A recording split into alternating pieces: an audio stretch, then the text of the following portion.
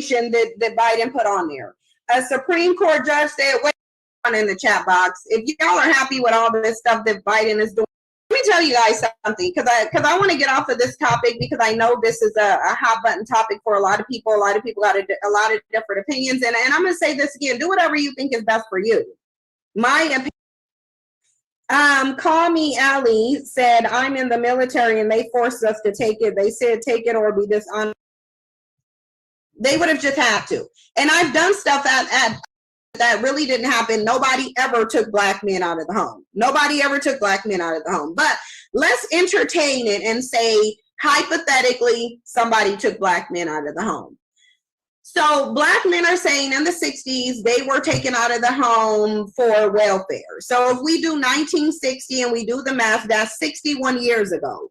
They're saying a rule, the man out of the home rule, that, mind you, they did not go to the Supreme Court so that they can get it repealed. A black woman did. They're saying that this rule that literally lasted for 4 years max, they now cannot rebound from it 61 years later. Hey, Nicole. It has been 61 years since the 1960s. 61 years from 1960. 1960 to today is 61 years. Now, we can say maybe 1964. Fine. Let's give them 1965. That was the Civil Rights Movement. So then we would subtract 5 from 61, 60, 59, 58, 57, 56. 56 years, they have not been able to rebound.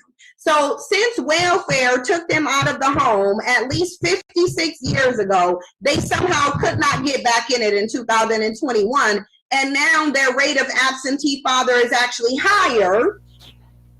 Hey, Trudy. Now that rule has not been in place, their absentee father rate is now higher 56 years later. How is that possible? Unless you're a weak, expendable trash bag bandit who's looking for excuses. How? And now we know 1960 was 61 years ago, but let's give them 1965. I did my commentary on the first half of this video yesterday. Y'all can check that out, but I'm just showing the whole video in its entirely because we had an unexpected panel yesterday. So today we're just going to watch the video. So after she starts off from where we left off, I will come back with my commentary. But whoever didn't see it, hey, it's a bonus. You get to see the video in its entirety. All my lovely, beautiful doctors and ministers and reverends up in here. What chat could beat that?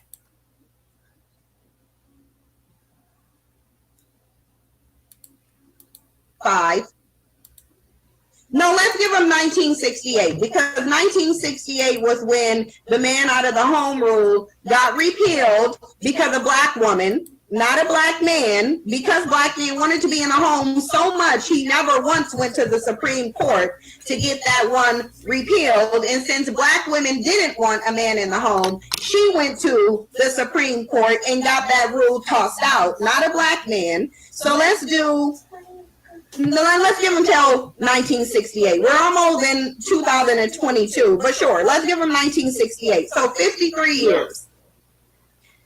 A rule that lasted for about 4 years has somehow kept black men out of the home for 53 years, although it was abolished in 1968.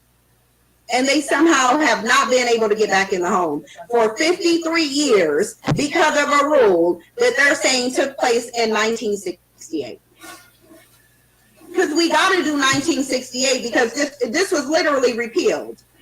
The man out of the home rule, federal Supreme Court, U.S. Supreme Court tossed that out in 1968 because of a black woman. They have not been able to get back in the home since. So now let me play this video for you guys. I'm going to share the screen. Hold on for a second. I'm going to share the screen because I want y'all to see this bonnet wearing struggle bandit. The fact that he's wearing a pink bonnet says everything. But let's listen to the lies of this bonnet wearing struggle bandit. So the process black. Hold on. This is part 2 of his trash bag lies. I got to go to part 1. That's the second video I need to show you guys. So let's look at the pink bonnet wearing struggle bandit and the lies that he has to tell. And how pathetic do black men sound saying this anyway? But here. It's okay not to be educated, but, just go read the Negro Family, the Moynihan report from the 80s and 90s, and you'll find out that black women chose government assistance, government jobs over a black man. They knew after the Civil Rights Bill of 1967 that they were using that to only hire black women to fulfill the bill, a woman and a black person. So black men were denied jobs. At that point, after the war on drugs, right? When the crime bill came out in 1966, through the 80s and the 90s, they were saying if you live in the projects, you can't get welfare or food stamps if you have a man in the home. So black women chose that over the black men. You all abandoned us first, and then you praise shows like Tyler Perry, where they're showing only black man as back abusive figures and a woman as head of the household, even though there's a man playing the woman, all through the 2000s. You got Oprah as your leader. It's okay not. Okay, so first let's comment on this first one. Then we'll go into the second one when he gets corrected. First of all, he doesn't even know how to pronounce the Moynihan report. That's number 1.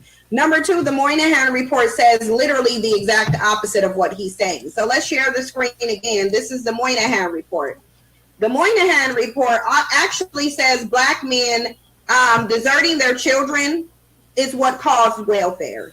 They've been doing this since the 1930s. Since the 1930s, the late 1930s. And it says right here, the breakdown of the Negro family has led to a startling increase in welfare dependency. This is what the Moynihan report says. It doesn't say that black women traded you in for food stamps. It doesn't say that a black man was the head of the home. It actually said the exact opposite. It said, number 1, although there were 4 times the amount of black men in the workforce, because he also sat up here and said, oh, they were giving all the jobs to black women. No, there weren't. According to this Moynihan report, there were 4 times the amount of black men in the workforce than black women. 4 times the amount.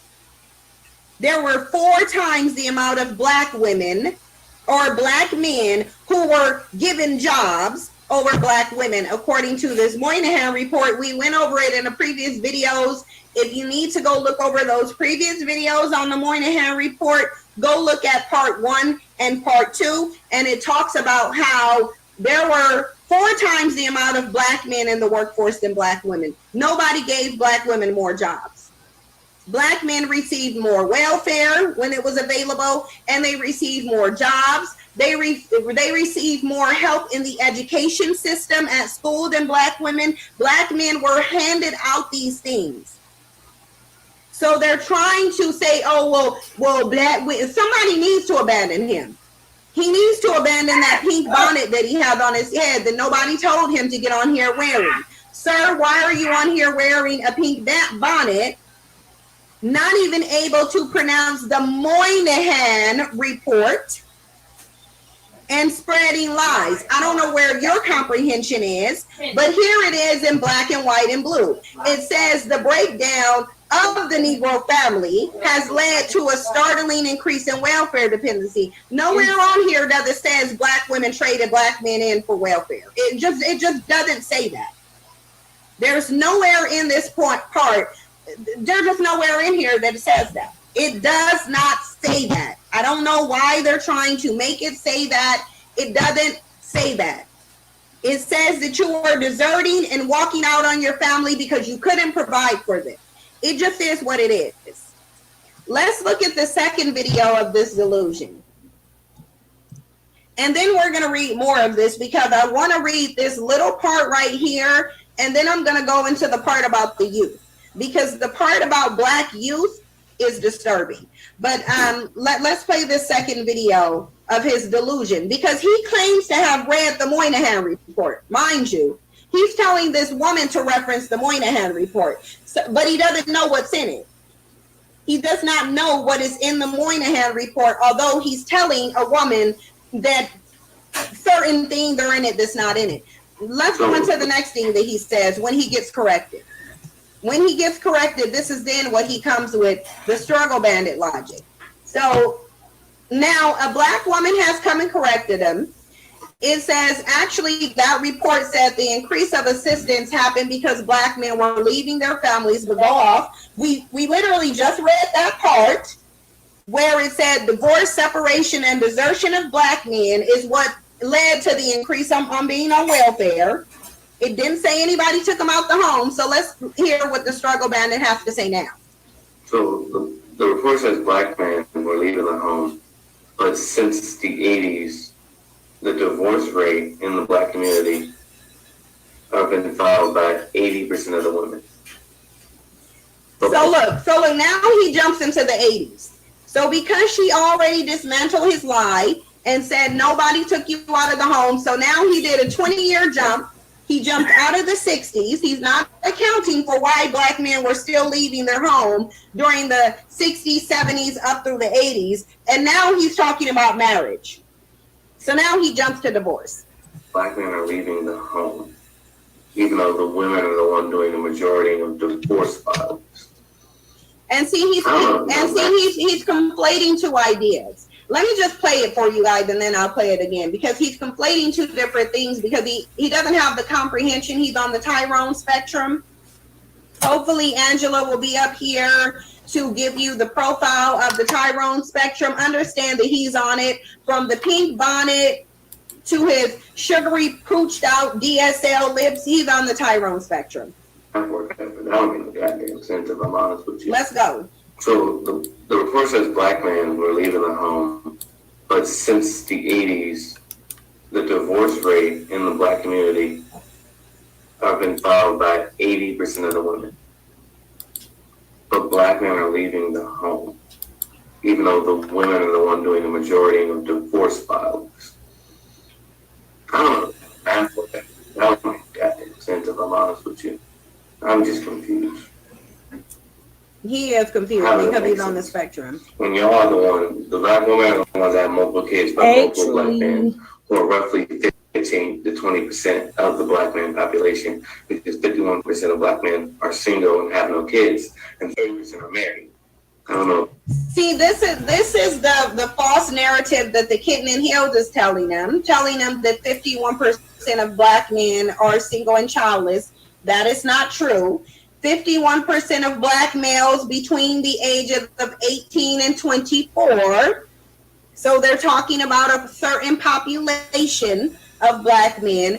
30% of black men are not married. 20% of black men are. So this is a kitten. This is a pink bonnet wearing sugar booty. I'm addicted to boys kitten. That's what this is. Like, I don't think you know how math works, but that leaves roughly 20% of men. Queen. Hey, dear. All the kids, and that aren't married. So I don't know what you're talking about. She's got a little bit of echo, but not him. That's weird. And of course he doesn't know what she's talking about. We know that he doesn't know what she's talking about because he jumped to divorce, and the whole premise of the report is about desertion. Desertion and divorce are two separate things. A man can still provide for his children even when he is divorced. This is the same thing that Struggle Bandit called up and said. This is the same thing the Struggle Bandit said. Well, first of all, we shouldn't even talk about the divorce rate in terms of the breakup of the black family because black men are not even getting married. So most of the families who are broken up, it is not because of a divorce, because you're not even married. You have to get married to be divorced. So why are you bringing up some divorce statistics for a population of people who don't really get married? The majority of these homes are not married homes. They're homes in which black men are going around creating children like they've been doing since the 1930s and not taking care of them. Furthermore, when we talk about those divorces, guess what was happening before black women were able to file for divorces? Because he's saying, oh, well, in the 80s, well, yeah, genius, they started filing divorces in the 80s because they weren't able to prior to them. Women were not able to initiate divorces, I think, until at least the late 70s. So why would you be talking about, oh, well, these divorces are initiated by women as if something happened during that time other than the fact that women were given the right? The only thing that changed is that women were given the right to file for divorces. But guess what? If black women were able to file for divorces in the 30s and in the 40s, do you think that the divorce rate wouldn't be just as high? It would be. Black women would have been divorcing black men if they had the legal right to do so, but they didn't. So now all we're doing is... Ooh, don't forget, guys, whoever didn't see it yesterday, or whoever saw it yesterday, I'm only playing part. I'm playing the whole entire video in full because we didn't finish it yesterday. So this is the part 2. But I started it from the beginning so y'all can see it in its entirety. So if y'all want to hear commentation, Lord have mercy. Commentary. Hey, Queens. I was waiting for you because you had to go out, and what I do, went right back to sleep. So good thing I did. You're here. Oh, we got a storm. It is storming. The wind is blowing like 50 miles an hour. I mean, the rain is blowing. It's crazy. You know, people from the West don't give. I mean, the East don't give two. I'm mad at you though. I got a bone to pick with you. I didn't do nothing. I did. I went to say hi to my baby, and he talking about, I'm gonna tell Tony T you call me baby. I said, what? No, my baby. Well, you should have came up with it. All right, here we go. Here we go. I did. You know what? I started singing the song because the girl put it in the chat, and then I was like, "Hey, baby, see, you should got to be a little bit faster." Now let's go. All right, I got you, Dwayne. But you can still keep the worm. I got you, Dwayne. You ain't said nothing. I've had somebody say that. It looks out for a sister. Then bye. Let's finish this show. See how she start with me. See how she start. She walk and started. But at least she greet me first. Isn't she lovely? All right, so the part when it gets to the middle, then we're gonna start doing commentary on it. But I don't know if you've seen the beginning or not. If anything you would like to say about the beginning so far, what she's saying? No, she is riding him all the way to the end, riding him for real. I can't wait to get to the end so she can just let him have it. Then we gotta get to the next. After this one is the next one where he says that if a man don't have problems, if a man have a problem with the women, then they should seek another MAN. So that's directly coming up next. Cause yeah, where he getting his information? Himself.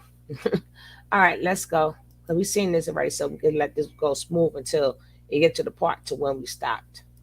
Reflecting how poor partners black men are. The divorce rate simply shows black men's inability to manage relationships. But why are we even talking about divorce when it comes to the breakup of the family? Y'all ain't married. Most of y'all ain't married. Duh. Most black men ain't married. Duh. Most black men have children. They laid up. Contrary to what this struggle bandit is saying, most black men have children. Many of them have children by multiple women. Many of them can provide for their family. Just like the Moynihan report said, many of them are walking out of the home. Nothing's keeping them out of the home. It just is what it is. It twice with the twist. It just is what it is. But see, whenever you trap them up in a lie, because that dude hasn't read the Moynihan report. Most black men have not read the Moynihan report because most black men have slow comprehension and can't read it anyway. Most black men do not have actual reading ability. It just is what it is. They don't. Most black men have slow comprehension. They're not reading. So that black man, I can guarantee you, I can put money on it. He has not read the Moynihan report. He doesn't even know how to pronounce it. He doesn't even know how to pronounce the Moynihan report. Before black men were creating unmarried single mothers, they were creating married single mothers. They were just walking out of the home because they were so broke and dusty, they couldn't afford to actually file for divorce. So they just left. And yes, that 51% does include incarcerated black men. But if you don't even know how to pronounce a Moynihan report or comprehend it, then you also don't know how to comprehend statistics. And just because a struggle kitten sits up and spouts out statistics doesn't mean he understands how to interpret them. That kitten over there, Kevin Samuels, he don't know how to interpret statistical data. No, he doesn't. He's not smart. He's not smart. And that's why you'll have black. Do you guys remember when E. Dean Cole was over here and I asked him who was Kevin Samuel smart in comparison to? And he couldn't even tell you who he was smart in comparison to. The reason why black men think Kevin Samuel is smart is because they're dumb. That's why. Black men think Kevin Samuel is smart is because they're dumb. Nobody outside of the black community literally puts any merit. You don't see men of no color or women of no color going around spouting out these statistics that Kevin Samuels put down there. They don't, because he's dumb and he's incorrect. The only people who actually watch Kevin Samuels is black people. Meanwhile, he's out there attention whoring as much as he can, trying to do everything to actually become mainstream. And he's not going to be mainstream. He's not, because he's dumb. He's dumb. DJ Vlad showed how dumb and remedial and cowardly this man is. That was a pussycat doll sitting up in front of DJ Vlad. That wasn't an alpha high value man. That was a little bloody bussy sitting there walking back on his own statements. Like, please, these dudes are the laughing stock of society. They're the laughing stock of society. It's not hard for a black man, no matter how dusty he is, to get a black woman to like him.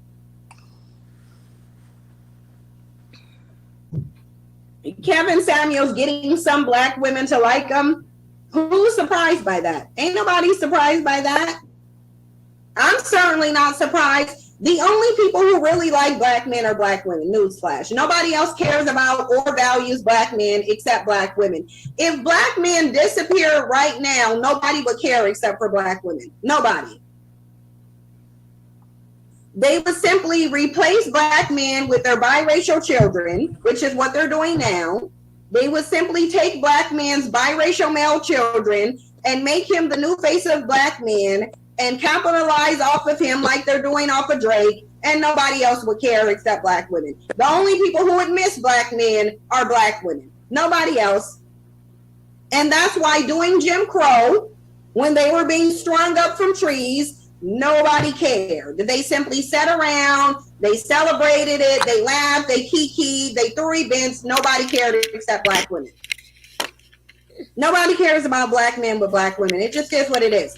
And that's why they will manipulate black women into being these ride or dies for black men, because ain't nobody else gonna do it. Ain't nobody fixing to advocate for black men.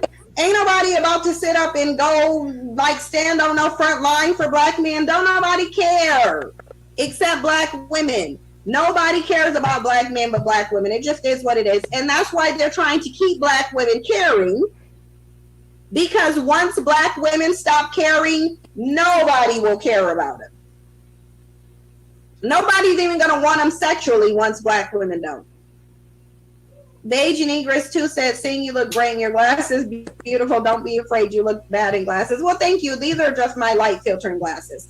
But, oh, what's going on? Hold on. Because the light on my computer is being weird. Oh, hold on, you guys, because I think it might be because... Hold on, give me 1 second to plug in my laptop, and then I'm going to get into this report. Yeah, but nobody cares about black men but black women. They just don't. Nobody cares about black men at all. And unfortunately, I don't care about the opinion of black men enough to sit up and listen to what he says about relationships. Black men are the biggest failures when it comes to relationships, but I'm about to say, how am I about to sit up and listen to the most failed group of men on the face of the planet talk about what a woman needs to do in order to be in a relationship? You're a failure. You're a failure.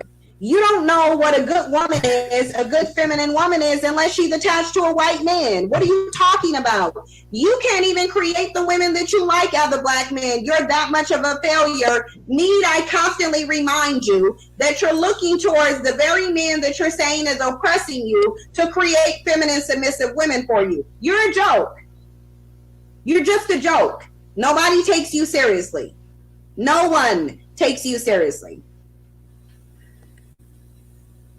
Black men sit up and complain, oh, black women too masculine, black women, y'all ain't feminine, y'all ain't cooperative, y'all ain't submissive. And he's too dumb to think to realize that's a reflection on him. You might as well just tell the entire society you're so dumb and ineffective that you can't even, how are you begging your oppressor to create desirable women for you? It may, like, what is there anything that you don't depend on men of no color to get you? Really?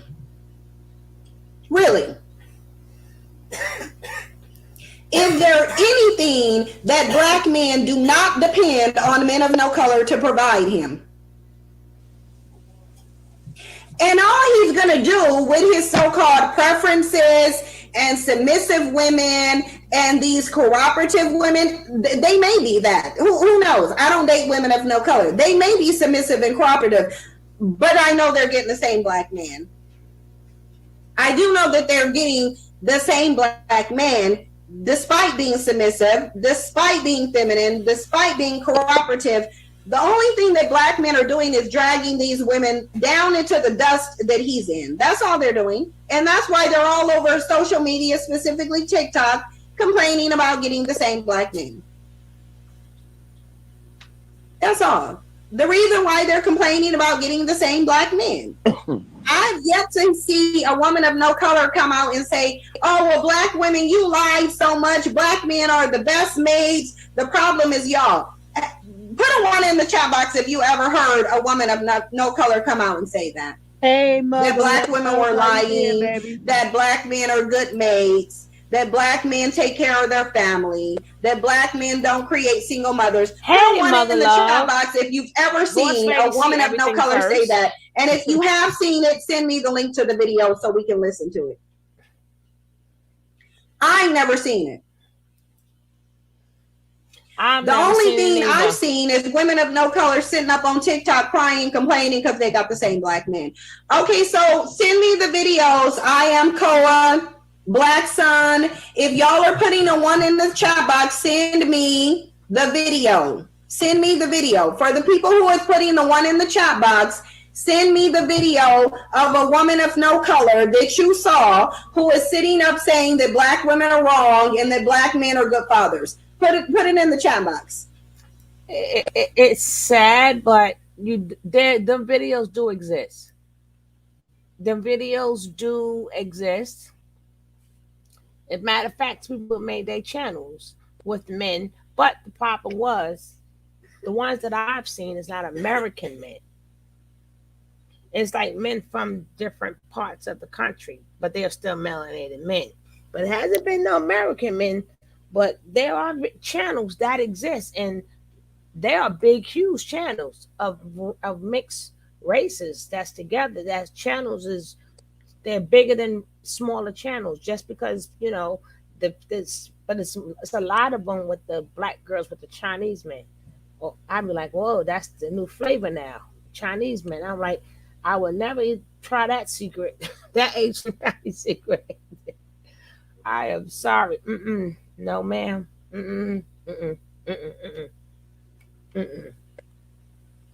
But I think Cynthia should know that them videos do exist. Mother loves. How are you? Yeah, there's a lot of guys that are good fathers that represent and everything. They have channels. She just don't be looking at them. Now, far as saying that they're good fathers and stuff like that, well, even though they're not saying it, they're still saying it because it's a complete channel. It's, so you see the good, the bad, you see the good and the bad, but they don't have to sit back and say it. But it's technically the man is still there, right? They're raising the kids, right? And so that answers that question. I have to stop and say something. I don't know where the heck we left off yesterday before we had our unexpected panel, because that panel wasn't expected. I am all ears today. No eyes. I am exhausted. Been in the ER last night. Oh, I'm sorry to hear that, Mother Love. Well, sit back and relax and be all ears. We will surely be talking to you. Go get some rest. And I hope your baby girl is all right. I hope all is well. Yeah, Put prayers. the link in the chat. Sorry, boss lady. Go ahead. Oh, I was just saying prayers to Mother Love. Oh. Box.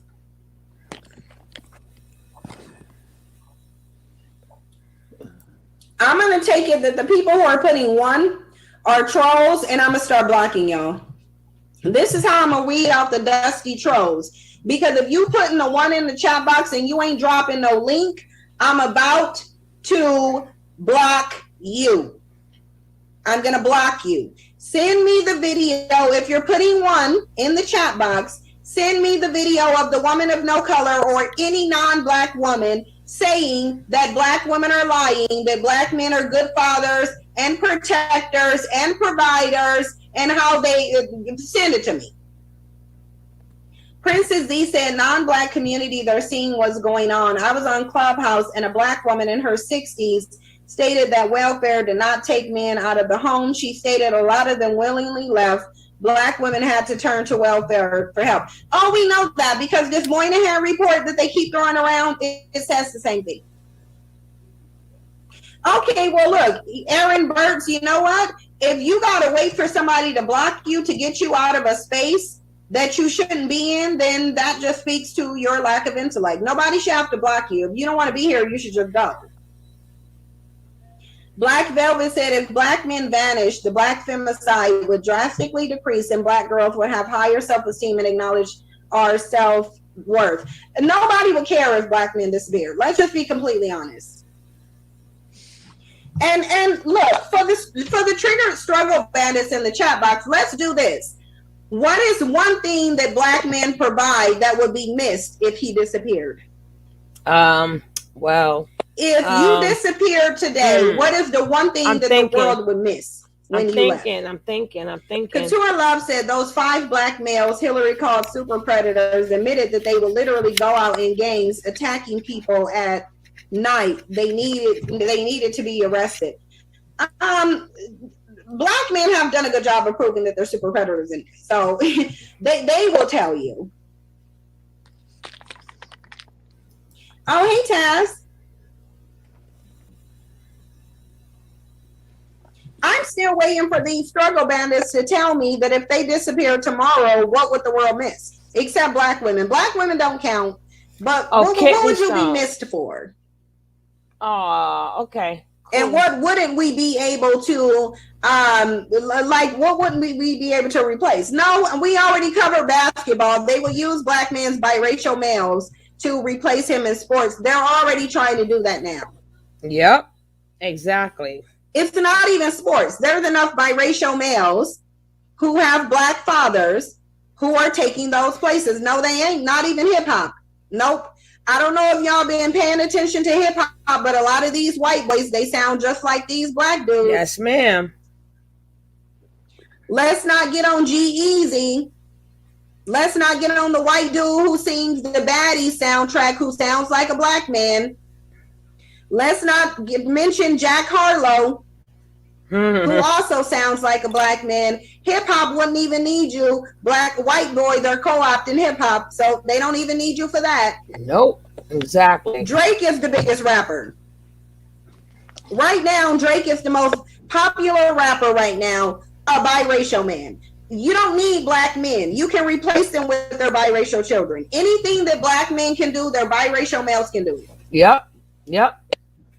Jack Harlow, when Jack Harlow raps, he sounds like a black man. Let me find out who the dude who sing the Baddies soundtrack. Let me let y'all listen to the Baddies soundtrack. No, really you would not. From Baddies ATL. Because I didn't even know that this dude was white.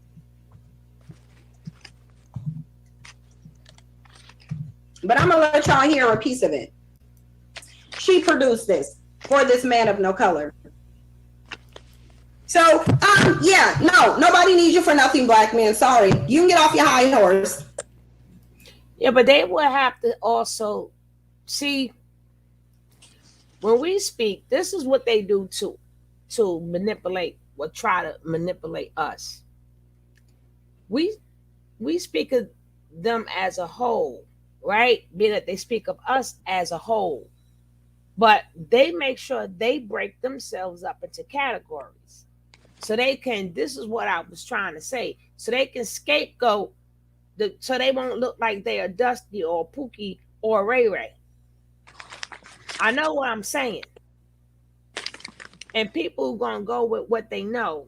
Why would I take a chance with what I don't know? At least I do know this. And then people, at least I do know I won't get my heart broken. I mean, I flip the coin. But they trying to act like Pookie and Ray Ray is the man on the corner. No, Pookie and Ray Ray mean men that ain't ish. Now, the people on the corner selling the pharmaceutical stuff, them are either thugs, drug dealers, but there's names for all of them too. Pookie and Ray Ray mean men that ain't crap. That don't mean the man on the corner getting drunk, because they drink too. They smoke too. Everything the lower class do, the higher class do it too. And guess what? The higher class do it even more, because they got more money. Right, mother? Now I'm calling her Mother Love. Right, boss lady? Yeah, that's right. You know, and then all this leveling up. What nobody still can explain what that means to them. That means picking. No, that's not me leveling up. That's me picking. You can't never. I'm so tired of saying this. Stop going by the wolf in sheep clothing and think that you're choosing or you're picking better. You might be picking the same old Pookie and Ray Ray, a man that ain't ish. Because right about now, I think we got to start commentating. I think all this, I didn't hear this part yesterday. Oh, gosh. I ordered my capsules too, boss lady. Oh, good. Yeah, because you'd be surprised. Oh, you already know. You just need the capsules. Well, I have some already. Yeah. I said like the taste. That's why I always buy the capsules. I ain't even trying to work with that. I know I ain't gonna be able to do it. My daughter's the one who started. Well, no, I started her on it, but she likes the liquid, but I just can't gulp it down every day. I can't do it. No, I cannot. That's why I bought the capsule. Maybe that's why I ain't got no man, because I can't swallow. Bye. You can get off your high horse. Bye. And that's why the reckoning. You've been around Ms. Rod, haven't you? You've been around Ms. Rod, haven't you? Yeah. Y'all been chilling on a DL, haven't you? Oh yeah, that's my girl. It's coming because you're expendable. Nobody needs you. Corrupted. Nobody needs you. And the coldest part about it is that black men have set the stage. Black men have ushered in and embraced his own replacement because he's not smart. He just ain't smart. You ain't smart. You walked your replacement right up into the hip hop industry. You did it. You created, with women of no color, you created your athletic replacement.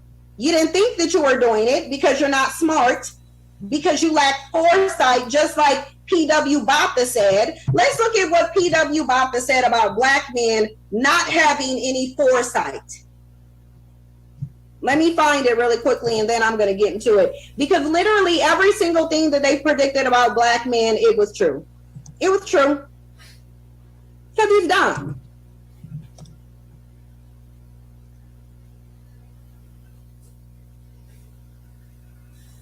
That dude, he talked about black men and how where did it go? I gotta put P.W. Botha in here. Hold on. I had it bookmarked on my computer, and you guys know what happened? The website must have went down. Let me see if I can get it. I don't think that this is the one. For live stream, and I'll go over everything P.W. Botha said about black men. But in that report, he talked about how black men lack foresight, black men have self-hatred, black men can be paid off, and then use like everything we already know. But let me read this little part right here. And then I'm going to skip down to where I left off at last time and talk about the youth. But it says the percent of non-white families headed by a female is more than double the percent for whites. And you guys have to understand, this was pre-immigration. So when they say non-white, they're really referring to black, because a lot of this is pre-immigration. Immigration didn't come until after the civil rights movement. So when they reference non-white, by and large, they're talking about black.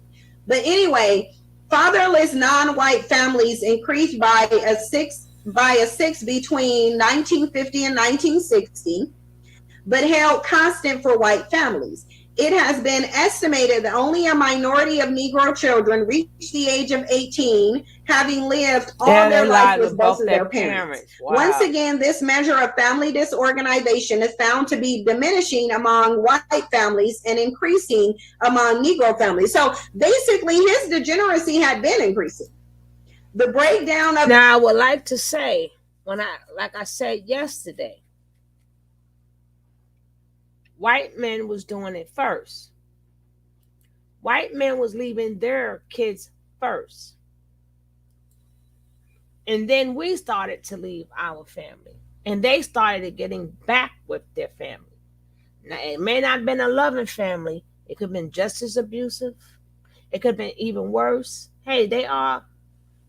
they have done things to people. So that don't mean they change when they come down to their own family. So we don't know what's going on in their household. But they started going back in their household, and we just started leaving our household. But that doesn't make it better. But at least they did go back home. So let's go. So we're not going to make it like it was just us. No, it was them.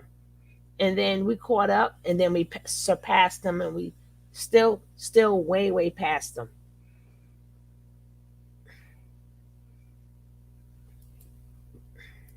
The Negro family have led to a startling increase in welfare dependency. The majority of Negro children receive public assistance under the AFDC program at one point or another in their childhood. Oh, I read this. At present, 14% of Negro children are receiving AFDC assistance, as against 2% of white children. 8% of white children receive such assistance at some time, at against 56% of non-whites, according to an extrapolation based on HUE data. Let it be noted, however, that out of a total of 1.8 million non-white illegitimate children in the nation in 1961, 1.3 million were not receiving aid under the AFDC program, although a substantial number have or will receive aid at some time in their life. Know what that means? That means that although white men were creating illegitimate children, he was still providing for them, so they didn't need to be on welfare. That's what that means. That's what that means. So when that struggle bandit is talking about divorce and all of this other stuff, that's no excuse, because men of no color were still creating illegitimate children, but they were not on welfare. It just is what it is. In the beginning, the number of AFDC families in which the father was absent because of desertion was less than a third of the total. So they're saying when they initially got on welfare, in which the family was absent because of desertion, it was less than a third. Today, it's 2/3. So they're saying today, now it is increased. So they're saying the primary reason these families are on welfare is because the father walked out. They said his absence wasn't because he was disabled. It wasn't because he went to war. It wasn't because he was dead. It was because he walked out. That is what it's saying. I'll read it again.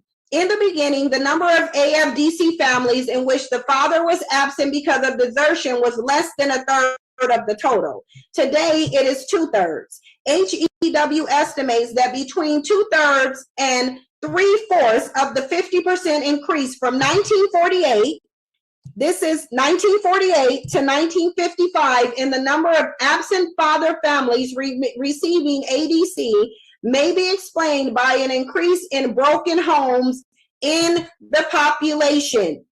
It is not saying that Black women said, we want welfare instead of this provider man. It's saying that you walked out. You walked out. You weren't at war. Nobody disabled you. You walked out.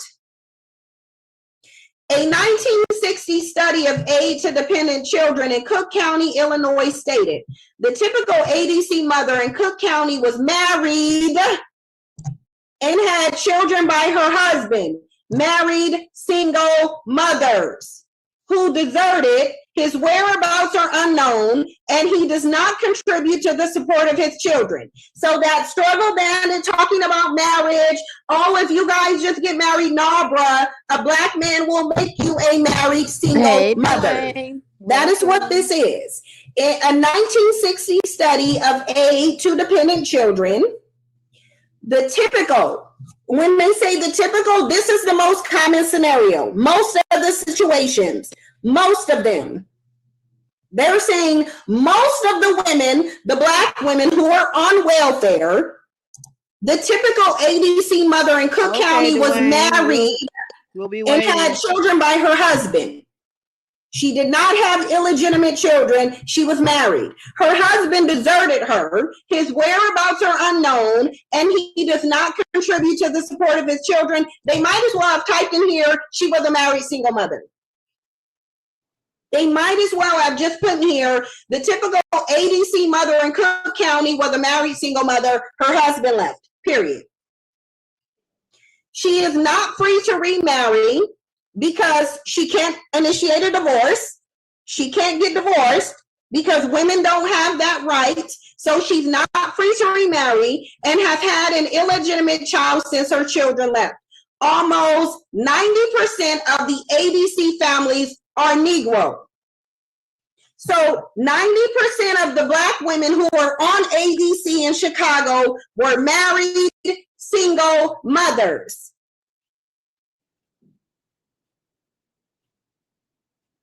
They were married single mothers. Zodi Keish, it already explained why they walked out. They walked out because they were broke, dusty, and couldn't afford a divorce. That's why they walked out. We already got to that part. We already got to that point. So look, I don't want to say I told you so to Black women. I don't want to say I told you so, but I told you so.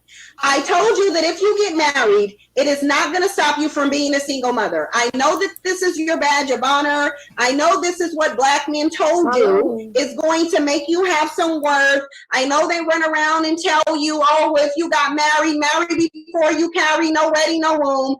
You don't know the men that you're dealing with. You don't know the man that you're dealing with. The man that you're dealing with will leave you a married single mother in a heartbeat, and they've been doing it since the 1940s. Unfortunately, my mom was a married single mother. My mom was a married single mother. She didn't have any legitimate children. She had knew her husband since she was 15. So it's not like she went and just jumped in a bed with somebody. She knew him nearly all her life. She was a married single mother. Married single mother. I wonder how many Black women today are married single mothers. So let's read this part again, and then I'll skip down to where it says the youth, so we can talk about how Black men set their youth up for failure because they really don't care. A 1960 study of aid to dependent children in Cook County, Illinois stated the typical ADC mother in Cook County was married and had children by her husband who deserted her. His whereabouts are unknown, and he does not contribute to the support of his children. She is not free to remarry and has had an illegitimate child since her husband left. Almost 90% of the ADC families are Negro. So 90% of the Black women are married single mothers. It just is what it is. The steady expansion of this welfare program as the public assistance programs in general can be taken as a measure of the steady disintegration of the Negro family structure over the past generation in the United States. Again, they're saying that they had to expand welfare because Black men at large rates were deserting their families. That's what this means. The steady expansion of this welfare program as a public assistance program in general can be taken as a measure of the steady disintegration of the Negro family structure over the past generation in the United States. Black men have caused the disintegration of their own family structure, and they're blaming it on welfare.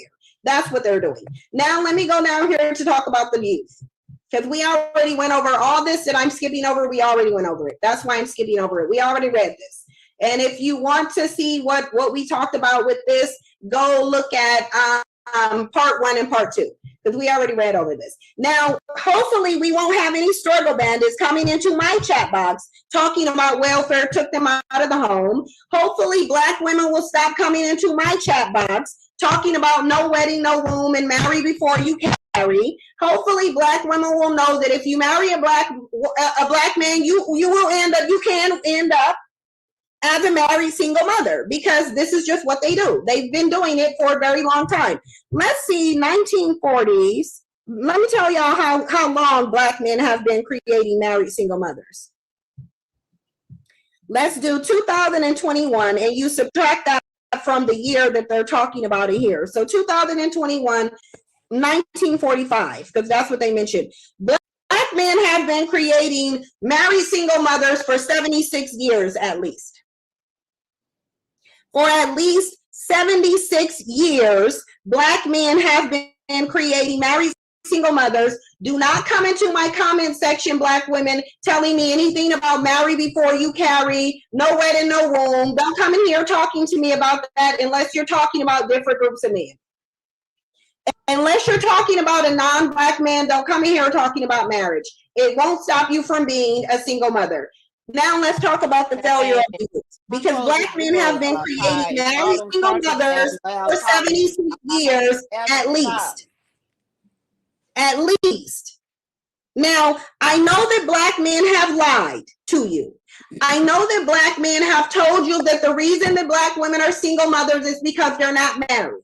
I know that Black men have told you that welfare put them out the home, but that's not true. Number one, they were creating married single mothers. Why was she still married? Because women didn't have the right to get divorces. Let me see when women got the right to initiate divorces.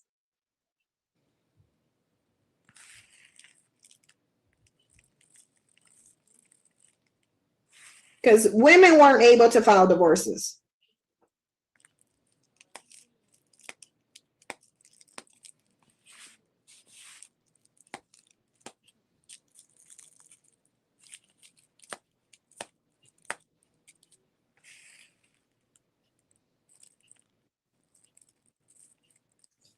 In the US, let me put in the US.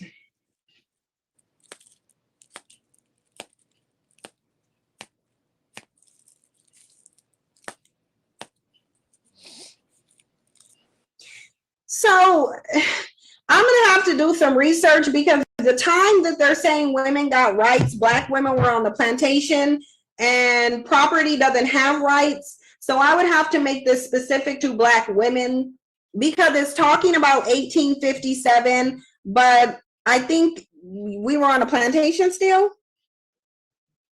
I'm thinking Yes, And ma'am. yeah, you can't divorce when you're property. Hold on. Okay. Negro children without fathers, without flunder and fell. The Williams account of Negro youth growing up with little knowledge of their fathers, less of their fathers' occupations, still less of family applications, traditions, is in sharp contrast to the experience of the white child.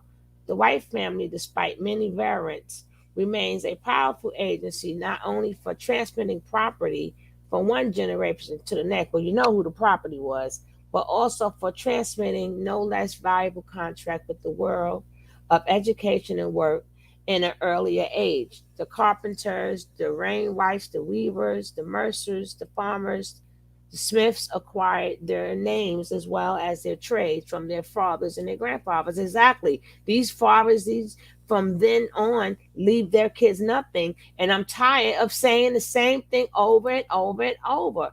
We are the only group of people who never had the ball. We never had, we dropped the ball. We never had the ball to drop.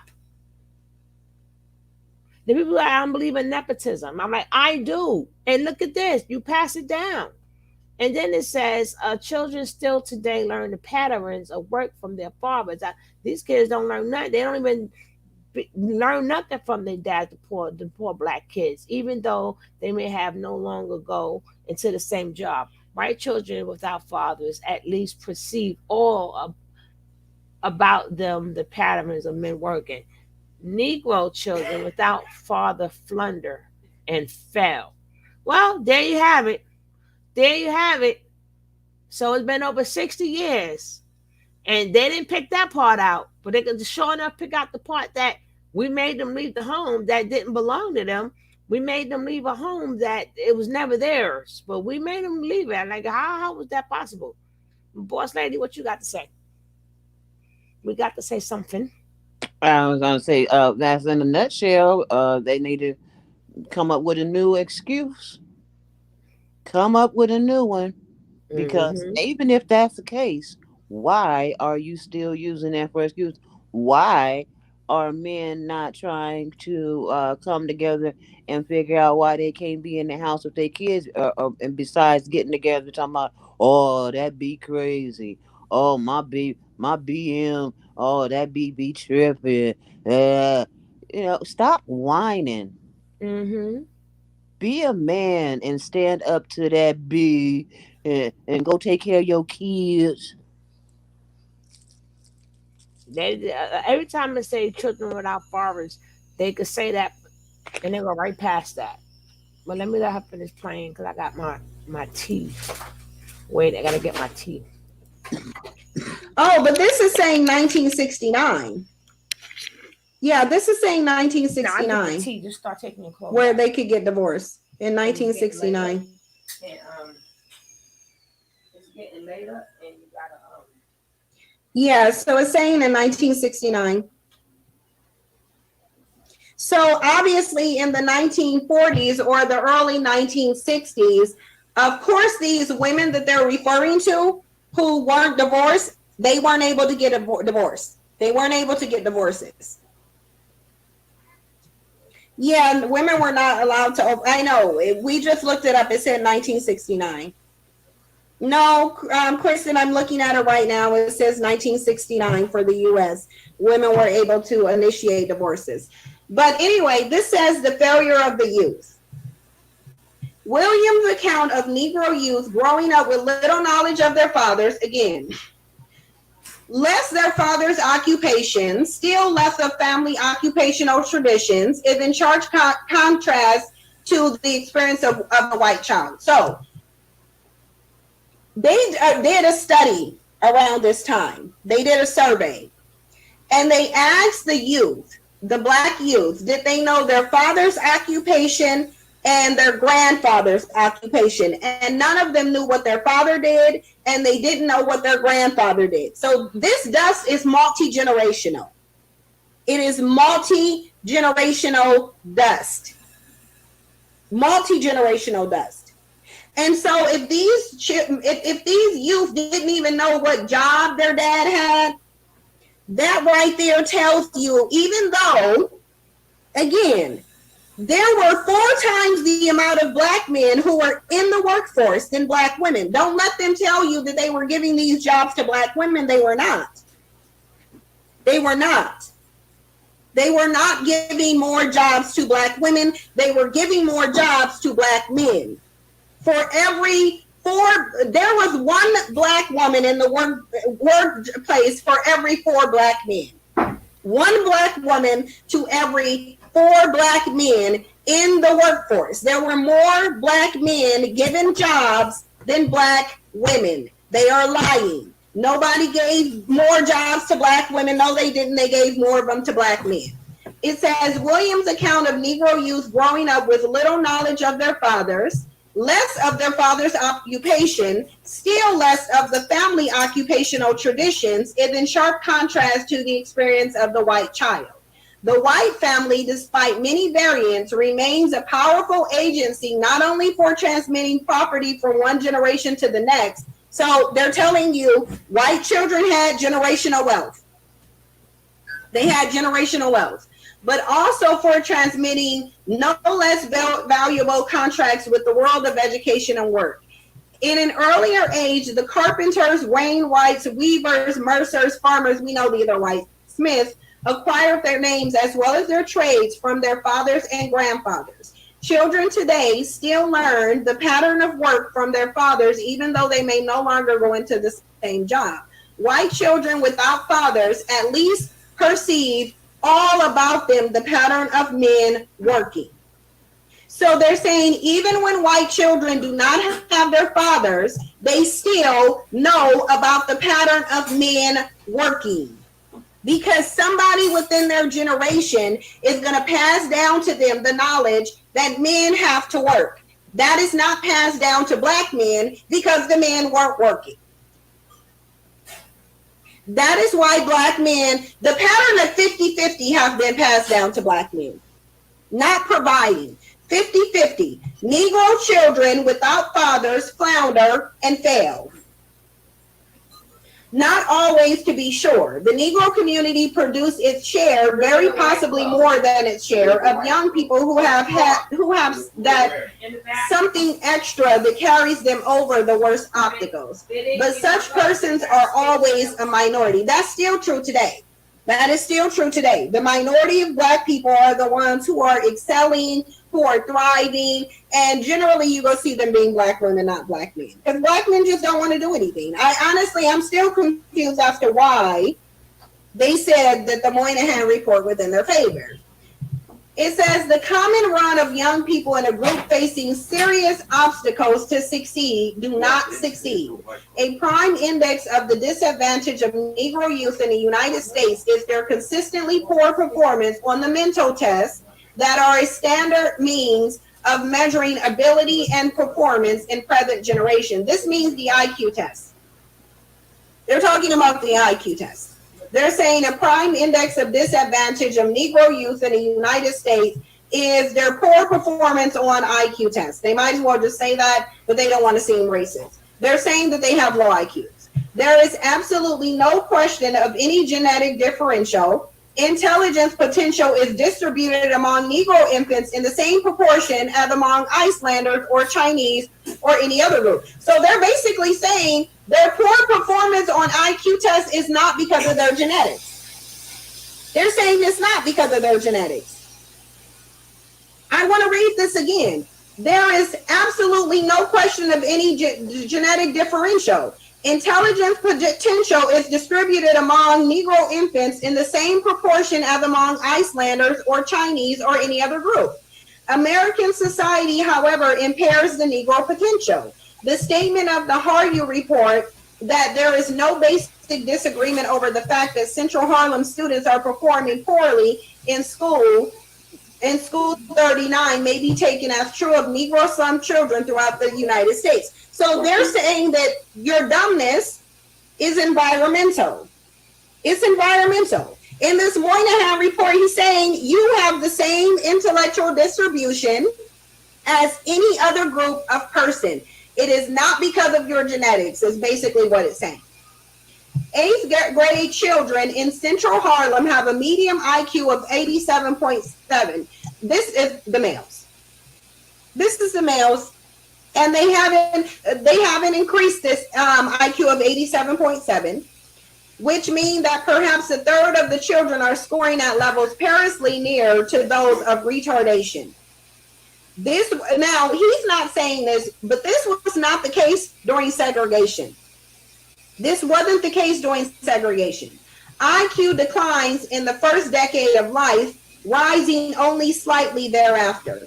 The effect of broken families on the performance of Negro youth has not been extensively measured, but studies that have been made show an unmistakable influence. So basically, black men walking out on their children is making them dumber. And of course it would, because then the mother has to work, so she doesn't have time to be there to help children with school.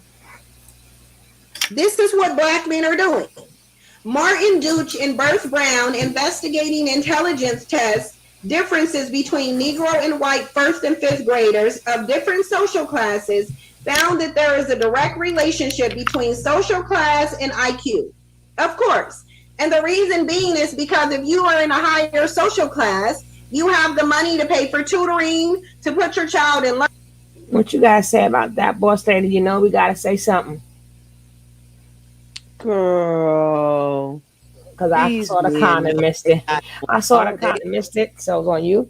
they're not doing no homework there with their kids. They're Hmm. not coming home and showing them nothing about no jobs. She's right. I mean, the report is still right, and it was written back in there all those years. They're not teaching these kids. They're not showing them that you can work, and this is the job I have, and teaching them skills and stuff like that.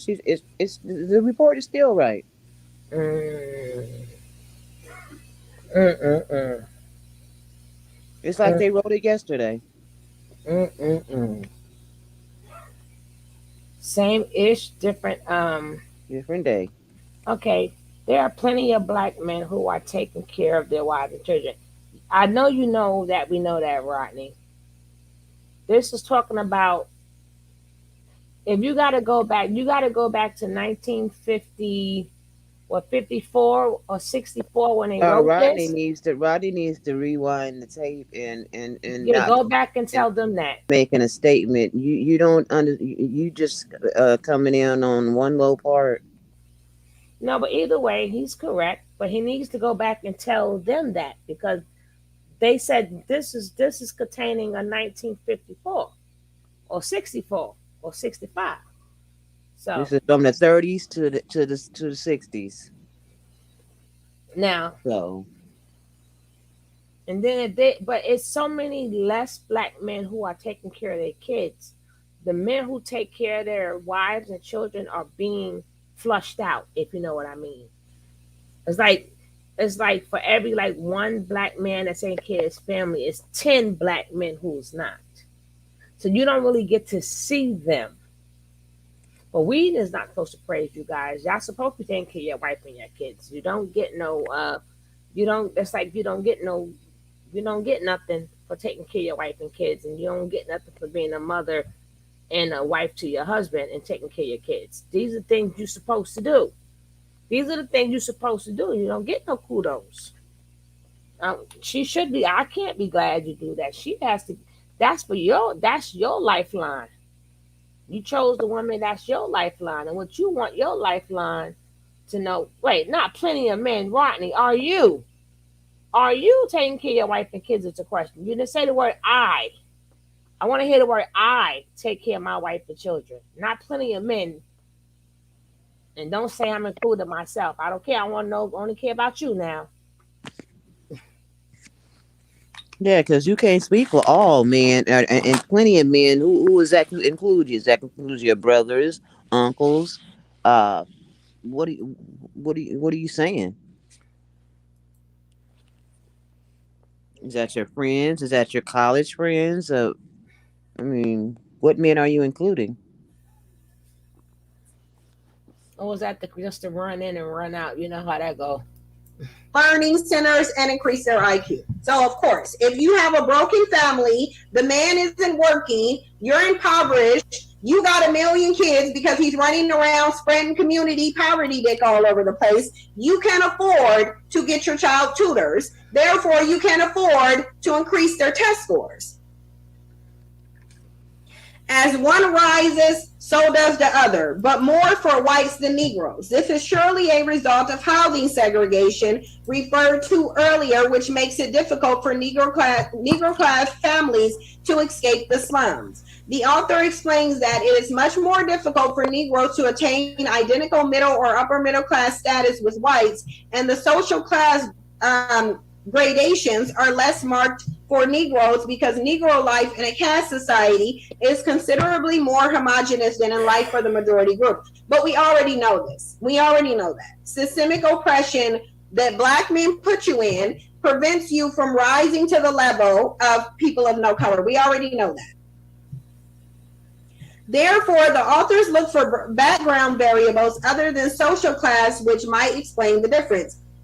One of the most striking differences between the Negro and white group is the consistently higher frequency of broken homes and resulting family disorganization in the Negro group. Look, how many look, this is a domino effect. This is a domino effect. Basically, Black men deserting their families is a domino effect. It's causing the children to be dumber. It's causing them to have mental problems. It's causing the women to be more masculine. It's causing everything. Because Black men refuse to be men, it is a domino effect. His walking out and deserting his family is causing a bunch of problems. Get out of here. But he doesn't care because he's derelict and expendable. Further, they found that children from homes where fathers are present have significantly higher scores than children in homes without fathers. The influence of the father's presence was then tested within the social classes and school grades for Negro alone. They found out that a consistency trend within both grades. You being on the Tyrone spectrum, you need to go blame that on your daddy, Black men. The fact that you're on the Tyrone spectrum, go blame that on daddy. Go hit daddy up and tell him, ask him, why did he leave you and cause you to be on the Tyrone spectrum? Because that's who did it. You don't need to come over here and talk to Black women. You don't need to talk about anybody putting you out the home. You don't need to talk about welfare. Go ask your daddy why he left and caused you to be dumb. It just is what it is. The influence of the father's presence was then tested within the social class and school grades for Negroes alone. They found that a consistent trend within both grades at the lower socioeconomic status class level appeared, and in no cases there a reversal of this trend. For males, females, and the combined group, the IQs of children with fathers in the home are always higher than those who have no father in the home. The author says that broken homes may also account for some of the differences between Negro and white intelligence scores. The score of the fifth graders with fathers absent were lower than the score of the first graders with fathers absent. And while the authors point out that it is cross-sectional data and does not reveal the duration of the father's absence, what we might be tapping is the cumulative effect of fatherless years. Basically, they're telling you what I just told you. It is a domino effect. It's a domino effect. Black men walking out of their homes, willingly walking out of their homes, is a domino effect. The difference in ability to perform has its counterpart in statistics on actual school performance. Non-white boys from family with both parents present are more likely to be going to school than boys with only one parent present. And enrollment rates are even lower when neither parent is present. These are obvious. When the boys from broken homes are in school, they do not do as well as the boys from the whole families. Grade retardation is higher when only one parent is present and highest when neither parent is present. The loneliness of the Negro youth in making fundamental decisions about education is shown in a 1959 study of Negro and white dropouts in Connecticut high school. Only 29% of Negro male dropouts discussed their decision to drop out of school with their fathers, compared with 65% of the white males. And that's because in the white male's home, they were actually there. In fact, 26% of the Negro males did not discuss this major decision in their lives with anyone at all, compared with only 8% of white males. Well, you can't explain something to a father that's not there. The father ain't there. So how can you talk about your decision if your father is just not there? He just ain't there.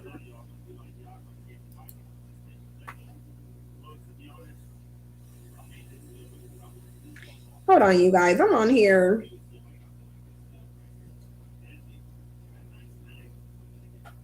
I was on here trying to order some food because I'm starving. Y'all be playing with me, but I'm hungry. At the home, complaining because women didn't want to stay in abusive marriages and are divorcing them.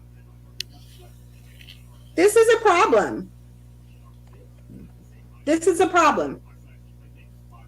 I'm gonna get back to I'm gonna get back to that part first. I'm gonna get back to it. I understand I'm going to, but this is stressful. Like, I want you guys to tell me, what do you guys think about what we just read before we get into the crime part? What do you guys think about it? Exactly. What do you guys think about it? I'm gonna be on here for about hold on for a second, because I don't understand why that the issue is black women. They're telling you all of that. This is what they're telling you. They're telling you this.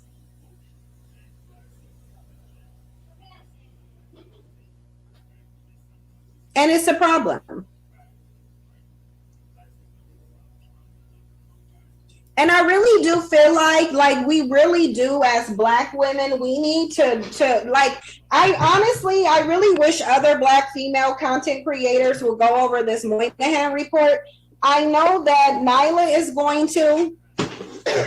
I'm going to continue to. And Tanya TKO says she's going to as well.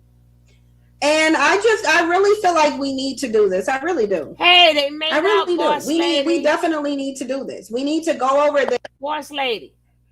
Uh-huh. They made up.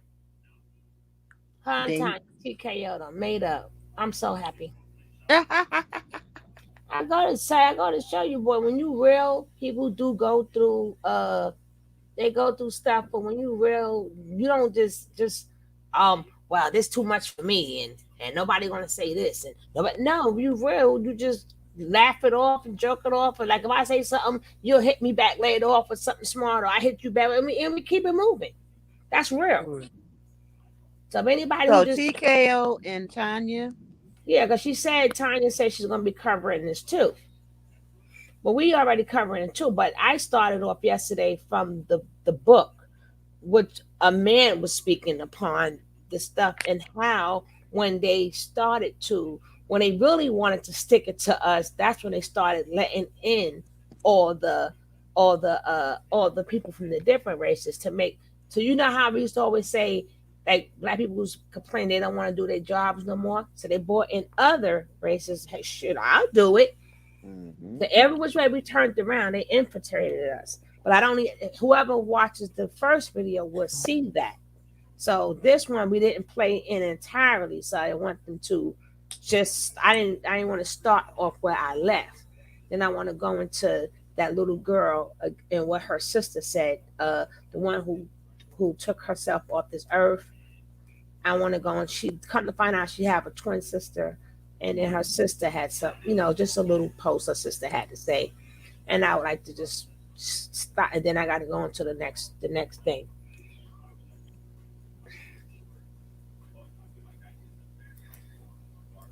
this, no matter how stressful it is for us, we need to go over it and we need to face it. We need to embrace it. We need to really face the truth of what Black men have done. And the thing of it is it's not that Black men can't even redeem themselves, it's that they don't want to. They don't want to. They don't want to.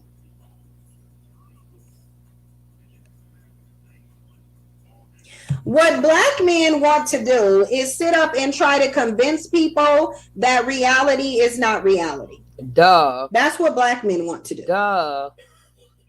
That's what they say to Black us. men want to sit up here and make these excuses and tell you that somehow he's a victim. He's been disenfranchised and Black women haven't.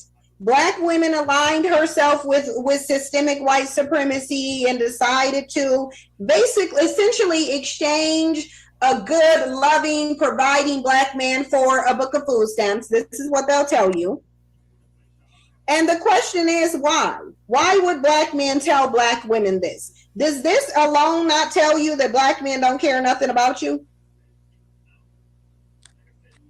The level of lies and deception that Black men have put you through, because I'm generalizing, because in general, this is who Black men are. That's why we're generalizing. Now, hopefully, you're not confused anymore.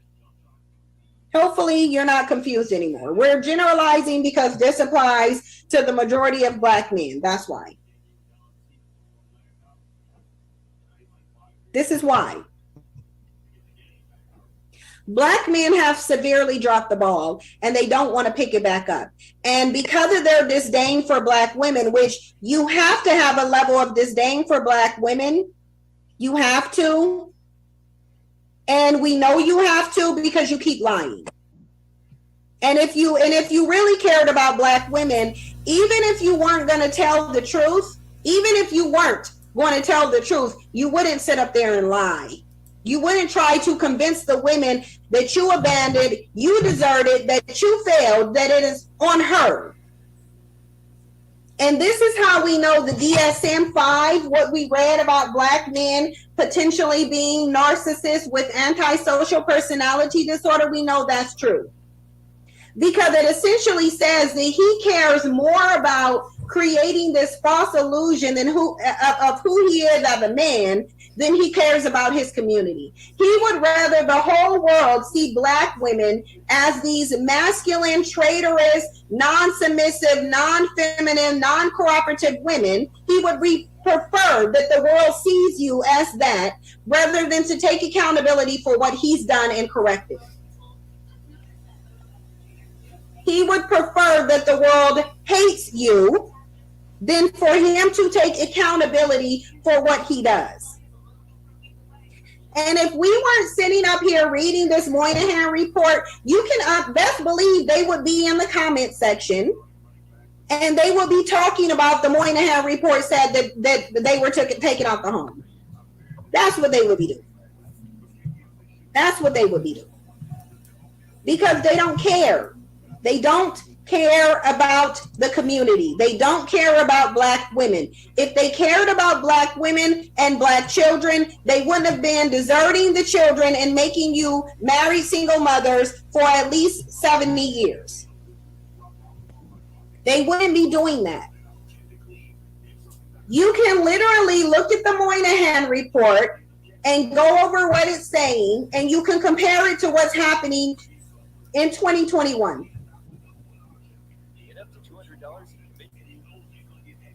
For those women, Black women who want to have hope in Black men, because you want to say, well, we just got to speak life into him and we just got to build him up and then he'll change. No, speaking life into a person and building them up is not going to make them change. Black men will change when they see flaw in their behavior. A group of people who are ready for change, they don't blame their failures on other people. They don't. They wouldn't be blaming their failures on you. They wouldn't be trying to project their degeneracy on you. Look, it's one thing to put you in a system of oppression. That's one thing. But then to stand the world, like black men have been trying to convince the world that you're the most traitorous women on the face of the planet. So not only is he against you, but he wants to convince the world of people that they should see you the same way that he sees you. It's a problem. So it's not enough that he put you in the hostile environment of a system of white supremacy. No, no, no. He wants to ensure that the world sees you. All of those negative stereotypes that they attach to black women, they came from black men. They came from black men. Because he hates himself, he wants the world to hate you. And that is why he's out here spreading lies and false narratives about you. It's not enough that we have to get it from the system. That's not enough. Black men want to contribute to that. And then he actually will open his crusty, ashy lips to sit up there and talk about there's negative propaganda against him. No. You brought the negative propaganda and you've placed it on the women in your community because you're too much of a coward to change. The problem is black men. It just is what it is. Gala Delicious say your channel is revolutionary. My girlfriend has basically raised herself because of her narc mother and father that wouldn't ever. Candace Huntley said, NGL, sometimes I'm embarrassed, not gonna lie, sometimes I'm embarrassed to have ever been in a relationship with a dusty black man. We all have our girl. Like seriously, if I told my story of my relationships, it's completely embarrassing. But when you know better, you do better. And black men aren't gonna teach you to do better, because if you do better, then where is that gonna put them? But I'm telling you, I had prior to this no interest in reading the Moynihan report. I literally, because I told you guys, I get a bunch of thoughts in the middle of the night. I will have a bunch of thoughts running through my mind. Mm-hmm. I literally woke up one morning and the thought popped into my mind. The voice said, go read them the Moynihan report. Go read it. Go read it. So I came and read it.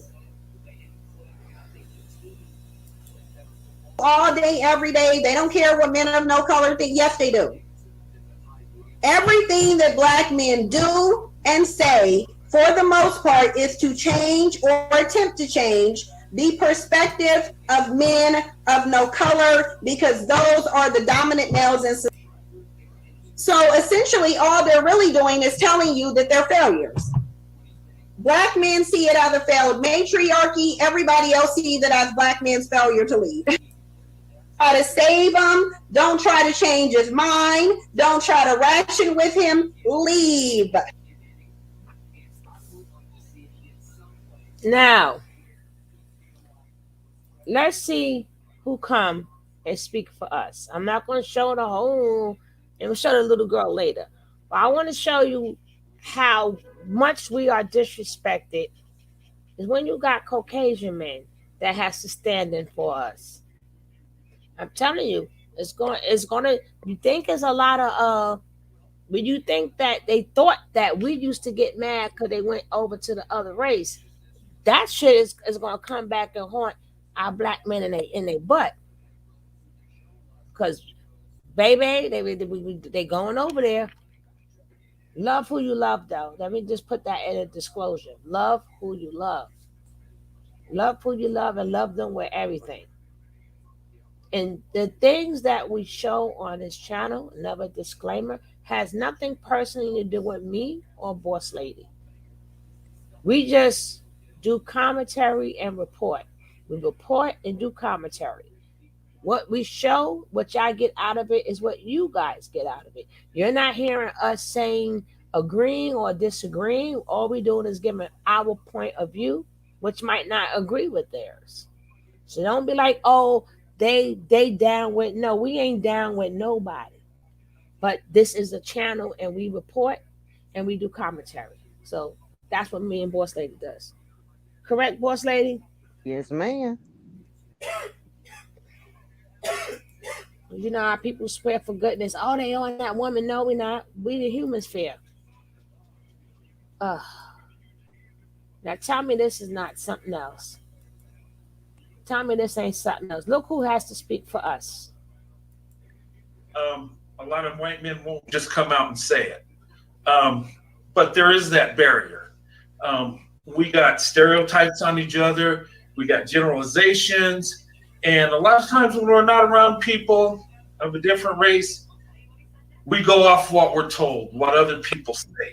And that stuff a lot of times isn't true. It's exaggerated. It's a stereotype. And you don't really know till you get to know the person. And every individual is different, you know. But I downloaded a couple of videos, and I want to show you. You might have seen these videos. I downloaded one video I'm going to share, and you know, it's like so in our life, in our neighborhoods, and society, and you know, a lot of times, you know, but truthfully, really a good channel. You're duped into it. I don't know if it's due to being naive. You just think that this man loves you, or he might love you, or you have you think you're getting some type of benefit from him, you know. But truthfully, black women are just hitting jewels. You're like that piece of coal that once you knock off the exterior, you're a diamond.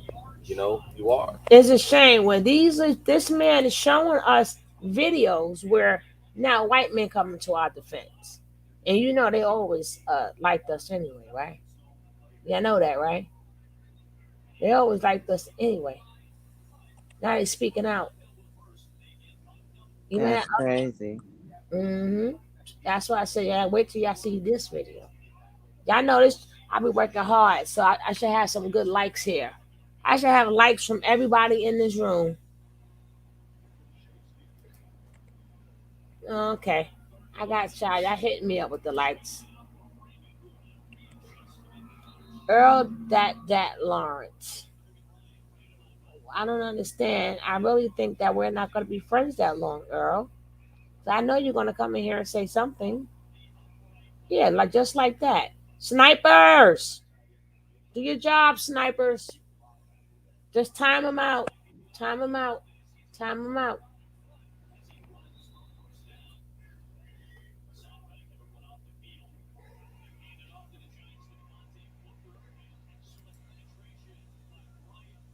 I got it. Oh. What language is that? What? It doesn't matter. He's gone. What is going on?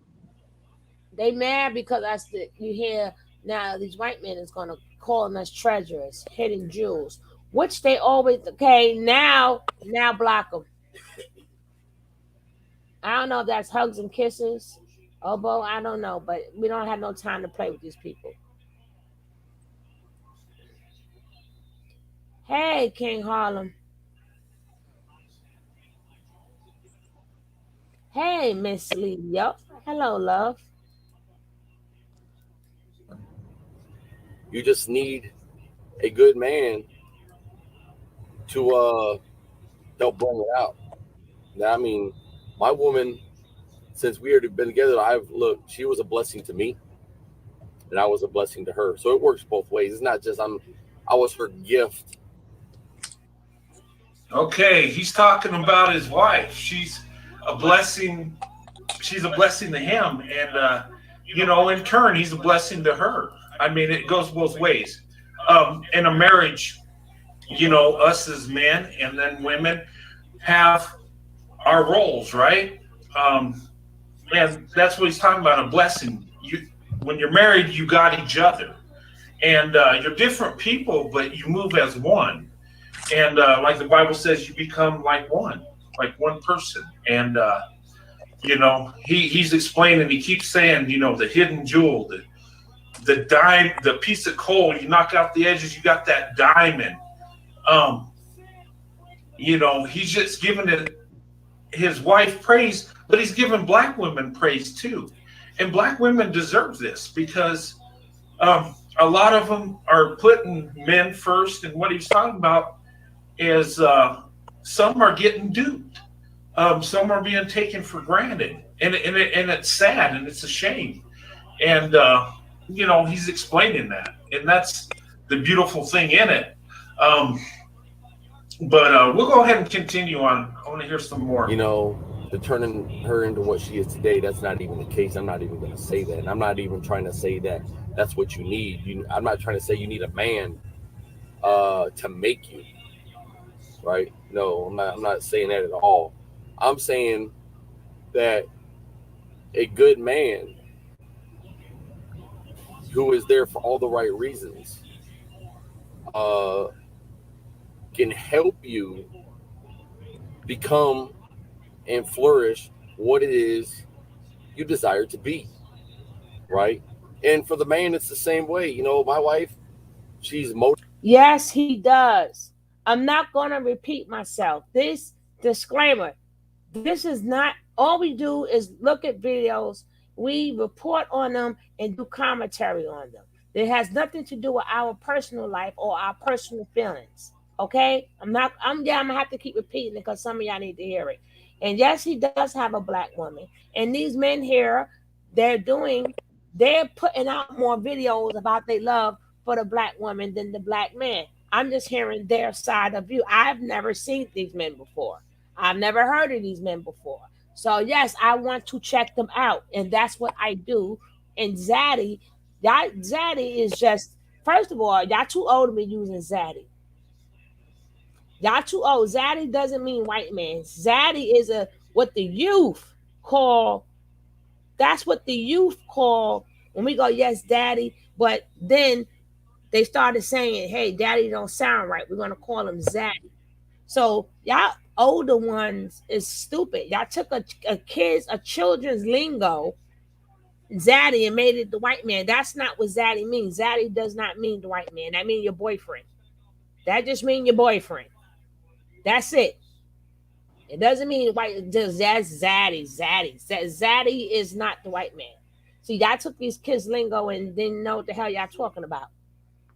But we're gonna still hear them out. Because they got a message to black women. That's what the title says. Damn it. Something you guys say? Child, I thought Zaddy was a daddy, but he was a zesty man. Oh shit, hell. No, that's the kids' term. Because I was like, what the heck is that? I know it's a kid's term, but I thought they were calling the zesty man a Zaddy. I didn't know. Girl, man, sometimes I have to just ask these kids, hey, Dwayne. How you ladies doing today? Hey, Great. some. Hey, I'm doing that. I'm doing what I can, not what I want. Okay. Handsome. It's okay if I'm in your studio right now, huh? You're in here, right?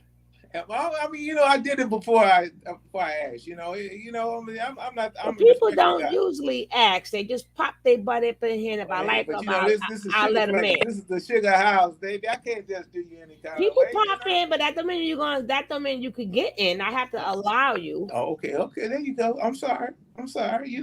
Yeah, but I have to keep telling people I'm just a person who do commentary. I don't do my personal life and how I feel. No, okay. I just do report and commentary. I got you. All right. So I do men and women. Okay, I got you. I'm always going to ask you because like I said, I see that contents about the boundaries and understanding, so we have a better understanding of how we treat each other all the time.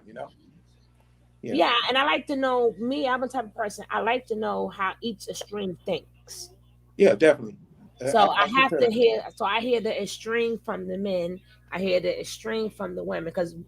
They told me my new group is called the human sphere. Because we got the manosphere, we got the women's sphere, I got the human sphere. I said, Of course, that's a fake page, but leave them be. They're not being disrespectful. Just leave them be.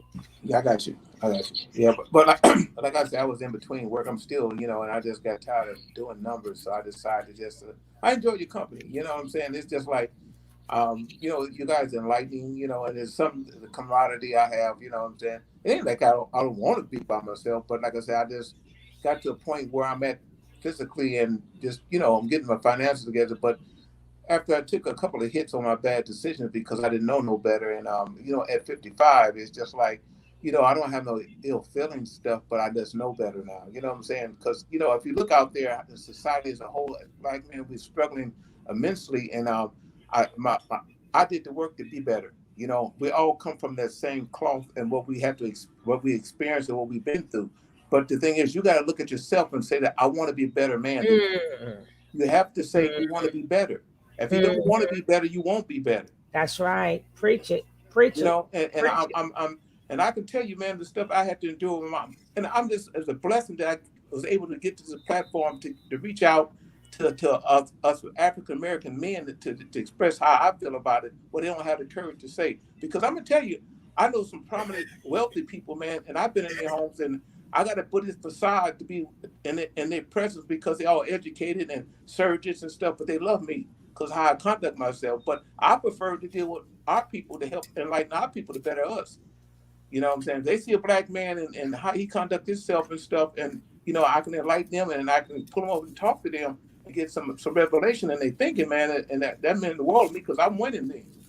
I mean, at the end of the day, you can love your people, but at the end of the day, because of the way society is, you can't do stuff by yourself. You're gonna have to deal with other races regardless. And people, no. These extremists, not talking about you. These extremists have to stop acting like, like you can go around. No, you cannot.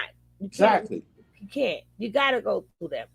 You have no choice. And for certain things, they got to go through us, even if it's just our talent, our music, our intellectual music, our intellectual, the way we do stuff. So, but it's sad when you have Caucasian people have to give a message, as you see, because I just come across, anytime I say, what am I going to do today?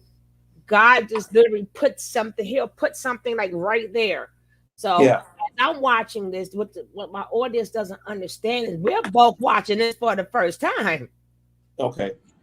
I just go, Lord, what am I going to do today? And then next, something that I never saw will come up, and I go, okay, he says, talk about this. Yeah, I got you. So I don't have no dog in none of these fights. We're both watching the same thing together, so I don't stand with nothing. But you're gonna have the trolls and stuff. But that's they have a right to be a troll. That's their God-given thing to stay stuck in kindergarten and do kindergarten things all day. That's their God's given choice. You know what I'm saying? Oh, definitely, I agree. That's the troll. Let the trolls stay. Let them do what they do. I'm gonna tell you something comical. One of the ladies I know that I work with and stuff, and see all the ladies I work with over the years and stuff that I have relationships. Just I had boundaries. I wasn't disrespectful. They married and stuff, but some of them, but the ones that didn't, I buy them things, because we have lunch together, we have fellowship together. We can't hear you. The sound is out. No, somebody was calling. Somebody. See what it is. I work on I got my computer here, and then I got my iPhone. So I'm calling from my iPhone, not from my what's your name. So there's nothing wrong with that, King Harlem. Wait. So basically, we discuss a lot of stuff. So something come up, and I told a guy I've been knowing him for years, and he's the one of the reason why I got caught up. But it's okay because it's like, so he's still doing the same thing. So I told him, I said, you've been doing this 30 years. So that means and your dysfunction and stuff. You know what that means? They got that TV show. I said, so that makes you the biggest loser. You've been doing this 30 years, so you're the biggest loser. You know what I'm saying? You don't change, and you constantly with the same BS. You know what I'm saying? So what do you expect to get? What kind of quality you want to get? You got to change your mind, you change your altitude. You know what I'm saying?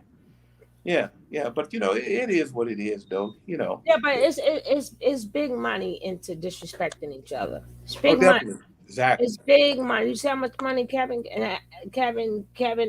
just like you have more people talk about the black woman, the black man, but how many people like me? I speak for the children's point of view. There's nobody speak for the kids. And even when I did, was you here when I did the video with the girl when she left the plant, when she took her life and she had the 2 kids. Yeah. Now the Yeah. sad part is, why is adults talking about, oh, she should have chose a better man? How do you tell a kid to choose a better man when they both are kids? She was, I think she was about 18 years old, boss lady with 2 kids. Well, I'm gonna show her. She has a twin sister. I'm gonna show that after this. I'm not showing this whole video. I'm not showing this whole video. I'm just showing Yes. some of it. But Hi, boss lady. I'm sorry. I Hello, didn't speak. Dwayne. How's I'm it sorry. going? I'm putting off shit. I heard your oh, voice. okay, King Carlos. I'm gonna I keep it got you, real bro. all the time. The three No, of I me had go. spoke to you when you came in. Okay, thank you. All right, sorry. Go ahead, chicken lady. Go. Right. Chicken So lady. it's like people take whatever they truly believe in, that's the part they pick out of it. Then they pick out the part that, oh my goodness, she should have gotten help and mental help. Or what about the children? First thing they said is she was selfish.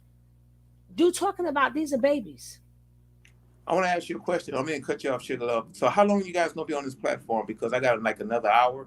You guys going to still be here? Will I be able Well, to... if I'm not on this subject, I'm going to be on another subject. But I'm just saying, but you guys know can I'm still... on, baby. You know you can't get rid of me. You know I'm on. I ain't going It's going to be in the morning, the noon, the afternoon, the evening. I'll keep y'all busy. Don't worry about it. You know what? I mean, there's a lot of doors down there. Be knocking on some doors down there. Brooklyn. Be careful now. You bad. I'll be back. All right. Thank you. All right, bro. Bye-bye.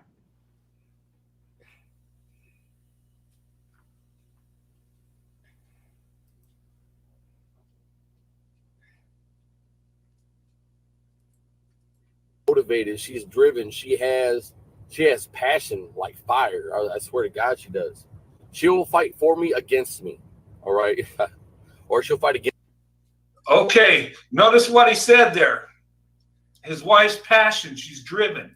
A lot of black women are motivated, and when they get going, whether it's an education or a business they're running, I've seen this passion. I've seen it in my wife. When she gets her mind on something, she goes for it.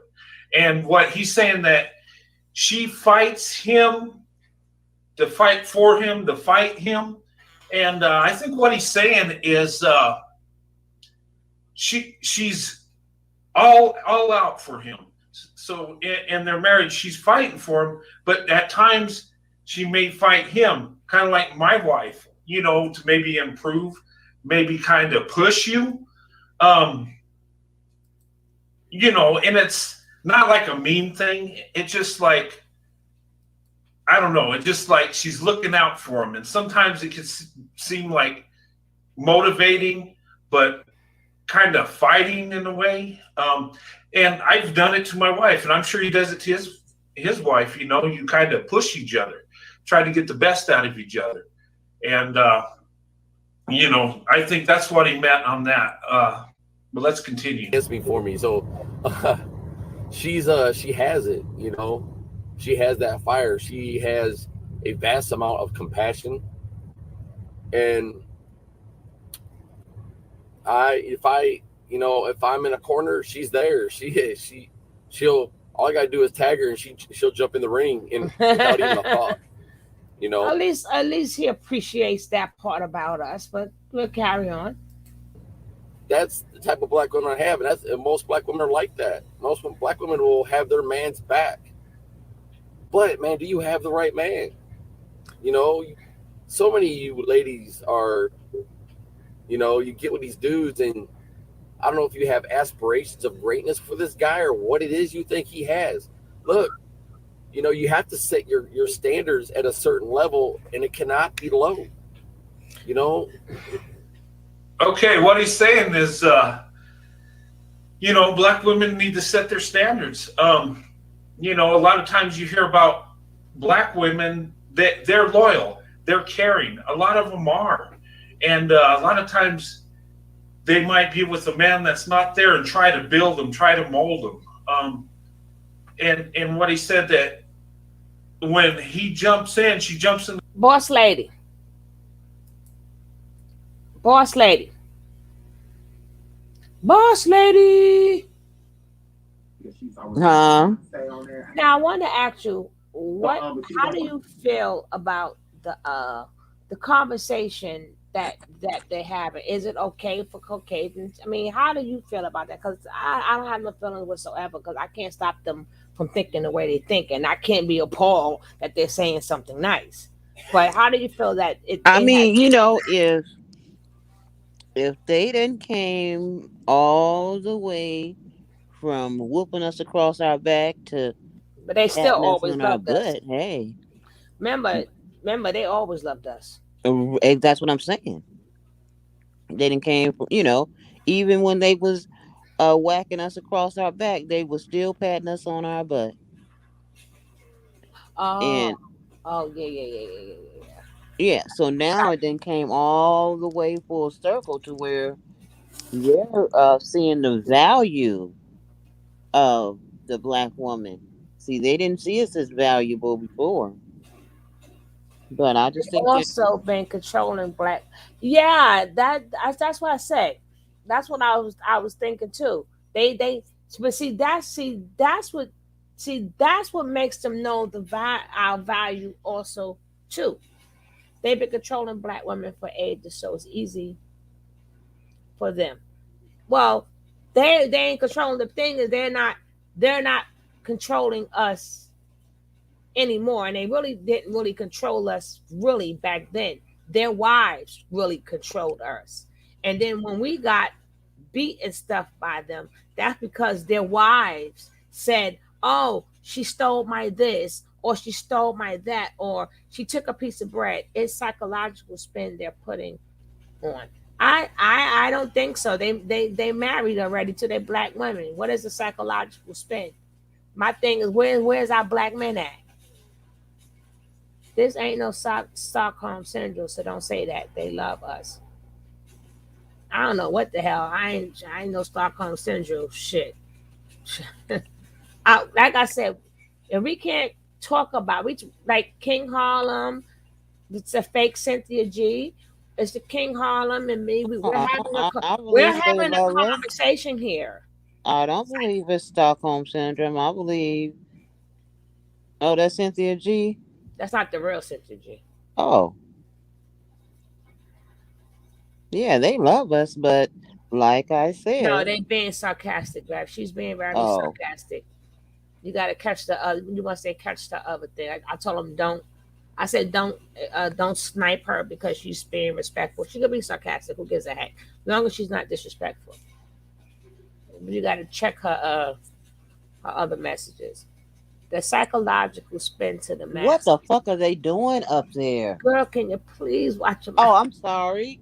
They bamming over my head, banging, and it sound like they about to come through the ceiling. Mm. And then, regardless of what they're doing, they married the. Did you say it's a psychological spin?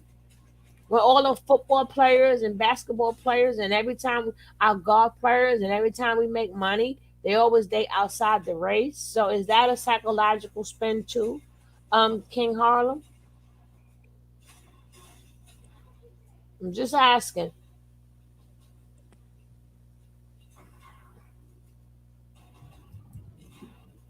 In the ring with them. Black women are loyal. I believe they're the most loyal women on earth. And I've noticed this with my wife, and he's talking about it too. Hey, James. And you hear a lot of white men that are Miss married Rod. to black women. They'll talk about these things, and it's kind of it's kind of weird that stuff he's saying I've said, and other people married to black women say. So I mean, it's not something we're just spouting out our mouth. It's actually true. You know, in general, you know. But anyway, let's continue. We'll hear some more here. You're settling for these guys. I mean, does he go to? Okay, And here, I'm going to stop it here.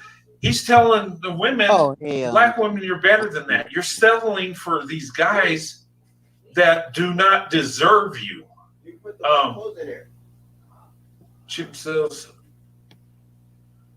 you know, he's saying that, you know, you deserve better than this. Why settle? You know, find a man that's worthy of having you. And that's where the vetting process come in. But, you know, he's speaking about his wife, and he's kind of his message to black women, to up your standards, to get the right man that you deserve, and not try to get someone that's not to your level trying to build them up, I would say. But let's continue. Work. Does he even have a job? Does he go to work on time? If he has kids, does he take care of his kids? Does he love his kids? Does he spend time with his kids? If you have kids, has he accepted these kids unconditionally like he has accepted you? Because it's a package deal. You know, it's a package deal. And a man has to understand that. And women, you ladies, you have to, with no uncertain terms, you have to lay out your ground rules. What it is you are expecting from him, right? For a man to be a real man, you have to tell him you expect him to be a man, not a boy, not a jump off, and all that type of stuff. Hey, you have to let him know I'm not in it just for a piece of ass. You know, you can bounce off of that. Now, if you want to have, you know, a one night stand, hey, look, that's your business. That's all cool. We all have done it, you know. But to bring a man into your life and to accept mistreatment, abuse, and, you know, things of that nature, look, you don't need that. Those complications need to be kicked out of your life. The negativity needs to be kicked out of your life. The drama does not. You have to kick the drama out of your life. And too many of you black women are settling for guys like that. It's very sad. You know, I see some really good black women that just go through the most, and it's so unnecessary. You know, it's like you have to go through an application process. A man wants to be with you. He likes the way you look. He likes how you handle yourself. Whatever it is he likes about you. And you need to almost give him like an application. Like, look, you need to fill this out, and I'll check it over and see if you're right for the job.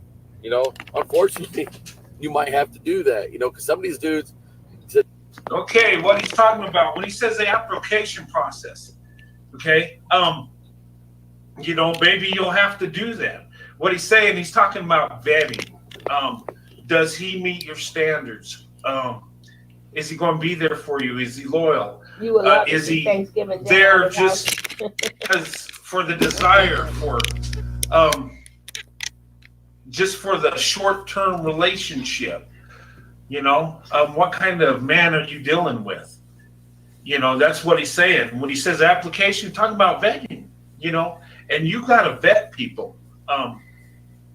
It don't matter what racial group they are. It don't matter what status they have in life, how much money, whether they're lower class, middle class, upper class, wealthy, whatever. You got to have that vetting process. And that's what he's talking about, the application. You know, when you go for a job, you put your skills, what you offer for that marriage, because, you know, you're with that person all the time. Well, maybe not when you're out. And it's backwards. I've done things I didn't think I could do, but she's like, yeah, you can do it. I got faith in you. And, you know, that's black women are good at motivating people. And when you see their true love and the faith they have in you, you can't fail. I mean, it's just that simple. I mean, but anyway, let's go ahead and continue on. I'm going to cut this a little short here. For me, you know, and man, it's so important. It's so important. I just hope that you black women get it together with these guys. And please don't take this the wrong way. So I know some might get offended by it, but look, I don't mean for you to take offense. I just want you to make better choices when it comes to men, right? Because look, some of these men are not in it for you, you know, and you need to see that in the beginning rather than later, before you start getting beat up, mistreated, and misused, abused, you know, in all the negative categories I can think of. You don't need that in your life. Life has enough in store for you than you allowing someone to enter your life and complicating it even more. All right. Okay, So I'm gonna go ahead and stop it there. There's still quite a bit more.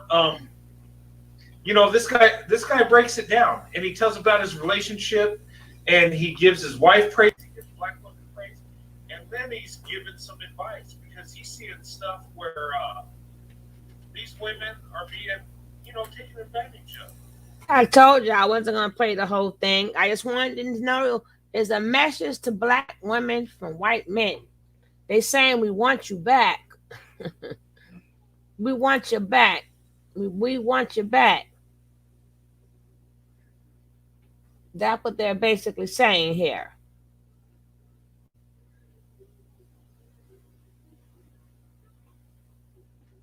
So we're going to definitely go into the next part, what I was telling you that I wanted to see. What do you mean you can't? I cut it off. Listen, this is the first time all of us are seeing this. I like to see all views of stuff. Me and boss say we like to know who we dealing with, who we ain't dealing with, how they get down and how they think. And this is what I try to bring to you. But I appreciate all of you guys' honest opinions. Me and Boss Lady really don't have any. Well, I know I don't have any, because I'm like,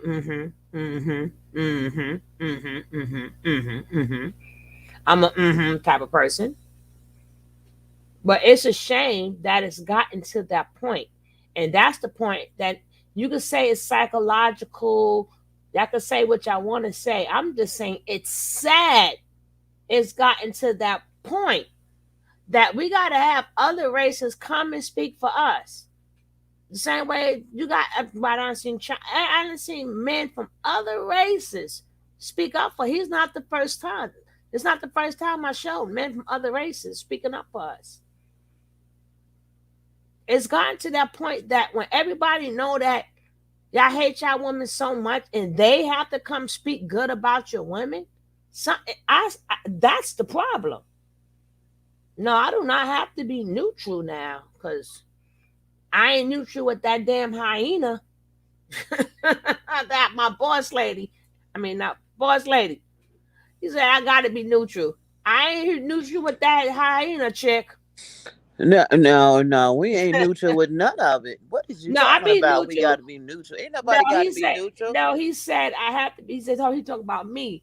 I was like, I would say, no, I ain't. Not when it comes down to that hyena chick. Ain't nothing neutral there. But a lot of the ones that I haven't seen before, it's not the fact that I'm like, oh, whoopee doo, I'm trying to turn you into. No, I'm just saying it's that it's we should be ashamed of ourselves as black people. Period. We should be ashamed of ourselves, because even as we're watching these videos, y'all still attacking the black woman. And even as I'm doing the video, y'all still attacking the black woman. Who gives a damn what Cynthia G does? And then y'all talk about women gotta level up. But then again, y'all want us to level up.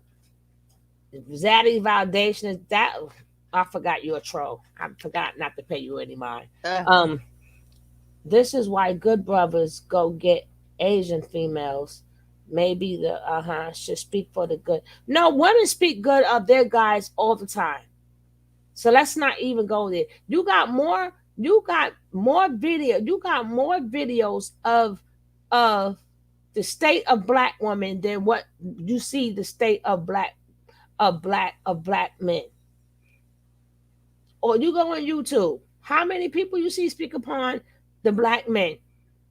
The most you could say is Cynthia G or Taz. You can name a couple of them, but I cannot name all the men who speak upon black women.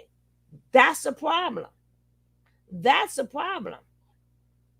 I don't want my sisters to be human receptacles. That's not what's saying. I mean, every time I turn around, I'm seeing new people. O'Shea, I'm like, O'Shea, come on. And people praise his ugly ass. He's another fucking freaking hyena. But they praise what that hyena say. He makes sure he get to know everybody. We don't have black men rock. So why don't you make a black man rock? See, y'all too busy. See, that's the problem. We don't got. Y'all Thank you. took. I'm so sick of hearing that. And We y'all didn't took have it from us. either. Y'all made us. Y'all did this. Y'all taking away. Come on. Stand up by your bootstraps. My thing is, at one point we didn't have it neither, but we saw the need to say black girls rock. So y'all can say black. I mean, stop. Y'all the one making a competition. Well, we don't got this black girl magic. We ain't got black girls rock. So why you don't have black men magic? Why you don't have black men? Because you don't have it because your other men sit up there. Your other men sit up there and put you in categories. That's why y'all can't say black men rock. Because Okay, somebody no, block Cynthia we're G, not please. answering her at all. No, he's blocking her now. She didn't put No, something don't else block in her. there. Do not No, block she's her. blocked. She didn't put some kind of channel in the chat. She needs to be blocked. No, she was answering the question that I was saying. I said since when? She just put since 2006. Do not let her be. Oh, okay. I didn't see that. Question. What kind of language? I don't understand the language. Every other race, Brooklyn. There's different ways of spelling it. Brooklyn. But every other race of women stand behind their men. We never when the times was the roughest and the hardest, unlike any other race, who you think stood behind you? I know you didn't say that, King Harlem. I know you See, ain't say that. oh my God. I know you ain't say that, King When Harlem. y'all was getting whooped by that man, who was bringing you a glass of water and a piece of bread and sacrificing their life so you can live? Because And we didn't making want you to die, so we came and snuck you some water, and still came over there and gave you a piece of ass up on while she was and tied up and making everything special else. potions and stuff for all the whips and stuff. Who did that? The thing is that we can go back and forth, back and forth. Guess what? Ain't none of us gonna win. We can go back and forth. Yeah, we can go back and forth all we want, but ain't none of us gonna win. Ain't none of us gonna win. Because everything a man gotta say, we got to come back after the white man get finished with you. That white man get finished after the white man get finished with What do you. we have to do with that? So that's our choice because we wanted to go fuck the. No. They came in and baked us.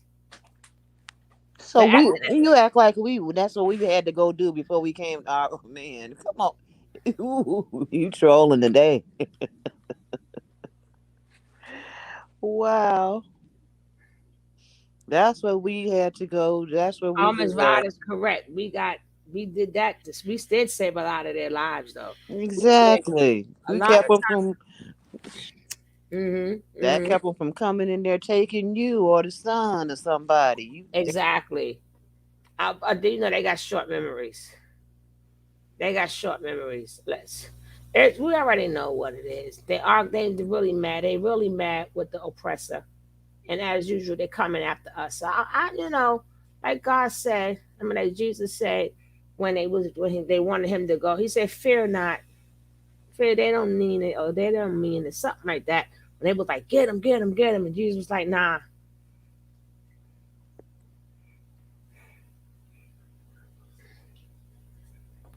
I did what? I did what, King Harlow? Don't come here and start, and I'm gonna beat you. No, I we will did. beat you. He's saying I will tear you up. we I'll did beat you. save them. We saved them. That's what he's saying. We did save them a lot of times. But And then we had to save we our can't kids. save you from leaving the family, though. That's what this is Mhm. something we can't save you from, walking away from the family. We cannot save our black men from that. That's something that y'all gonna have to stand up and do. All right, we're gonna get to this girl's twin sister. Then I got to start a new chat because I want to start the chat when with our our nice Mister Kitty Samuels. But hold on, I just want to show y'all this girl. This is a continuation.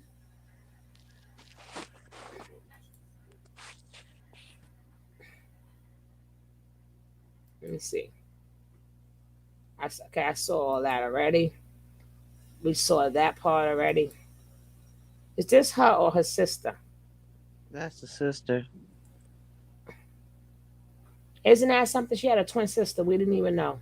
So I be searching for stuff. Yeah, y'all better start being nice to me. Make sure them likes are good.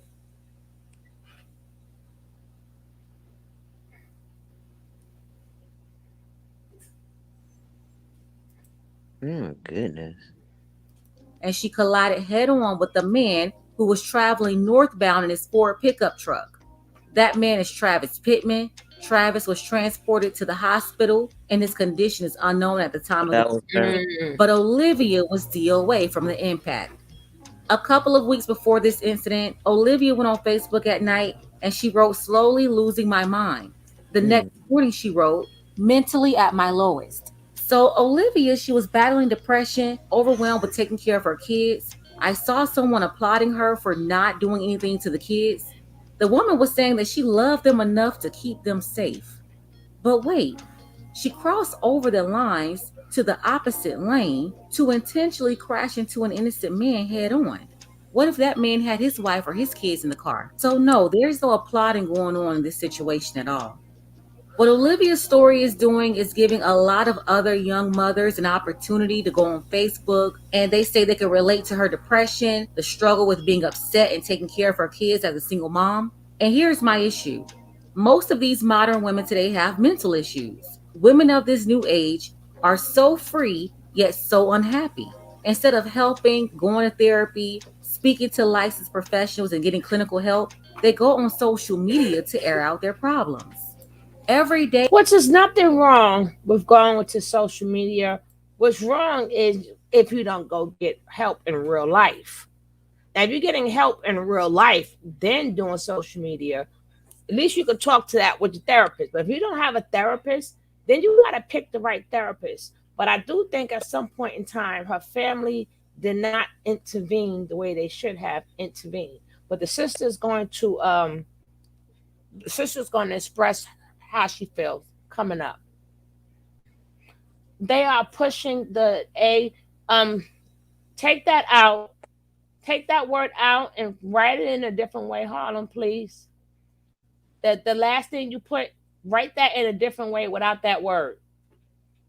Honey, that's not that I don't really get into them. I don't really get into them type of certain things I'm not gonna get into because like nobody goes, here's like $1, here's $2, and you will not make your little pennies from monetization when you tackle them type of topics. But I wouldn't have a problem, but people gotta support the channel because you're not going to get monetized, or you may have to take a chance of getting your page stricken, and then you also taking a chance of getting your page taken away from you. So some topics, yes, I know some of every topic, but because of them reasons, I don't really tackle that. Yeah, that's better. That's better. That's better. But take out your other one though. Something is wrong with going to social media. You don't need a million other opinions about your issue.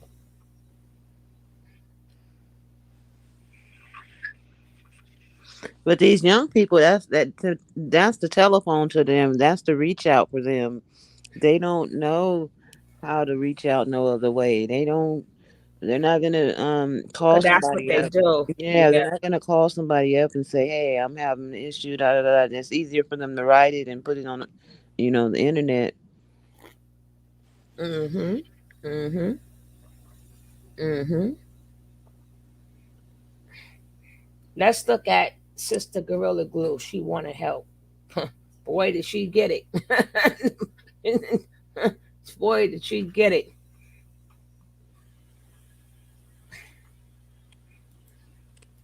Hey, we see them on Facebook, TikTok, and IG everywhere, just going crazy. No one in their family is calling them and saying, hey, you need help. You need to get off social media. You need to go see a counselor. Yep. None of their friends are telling them to go to therapy. Mm-hmm. Another thing, a lot of women get angry when they realize being independent all alone raising kids is not so cool like the people who promote the lifestyle on social media. They don't tell you about the struggle. You have to say, you gotta remember what when you're doing a video, you have to speak upon the video. This girl is 18 years old with 2 kids. So you got to speak upon it in a baby situation. That's why you see why I go at the hyena so much. Because she's pushing, these is what these young girls supposed to do.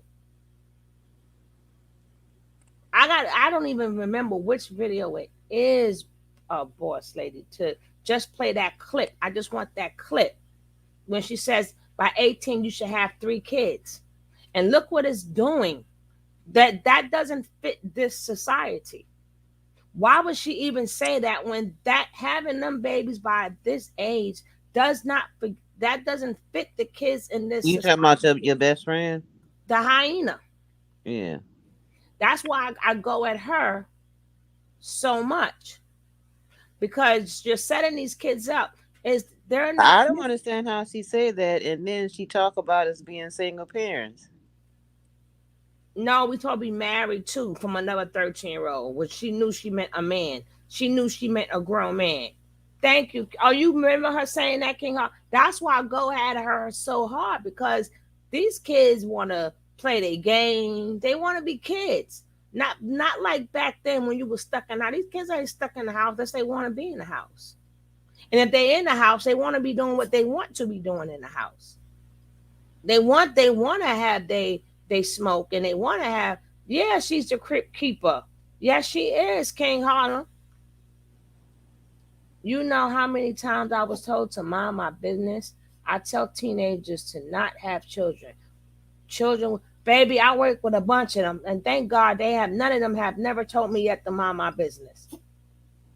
Thank God. And I've been doing it for a very long time. Thank God.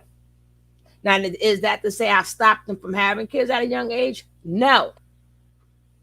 No. But then they'll still come back to me. And, when I get stuff, when people, donate stuff, I'll give it to their kids or whatever and go, see.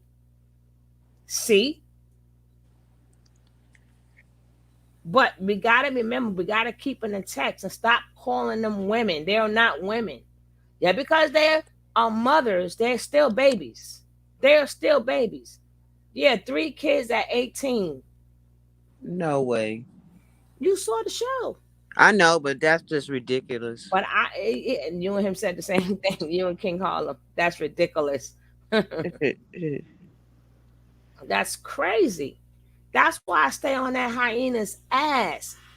Because she's a groomer. Oh, man, we did say the same thing. I just looked at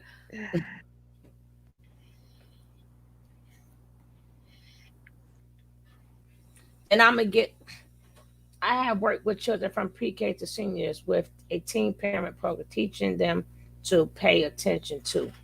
Yeah. No, but I was just saying, you said that you was told to mind your business. I said, I thank God none of them have ever told me that. I'm so thankful. I haven't been told that. But like I said, did that mean that I stopped them from having a baby? No. They still do what they want to do. Miss Rice said she gonna need 2 more boxes of Pampers size 3. Oh no, we didn't get no more of them in. We haven't gotten any of them in. If we do get them in, I'll send them to you. The children kept most of them from having more. Their children. Who would have 3 kids with that hyena? No, her husband had no kids with her. How about that? Yeah, Don't know the she's reason why, childless but she ain't got none. But and a nothing, widow. no She's childless biological. and a widow. So she's not qualified to tell nobody what they can do.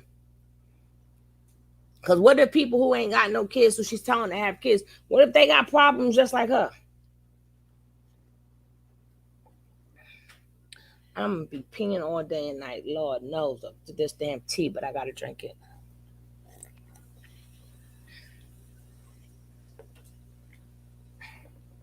What kind of tea you drinking?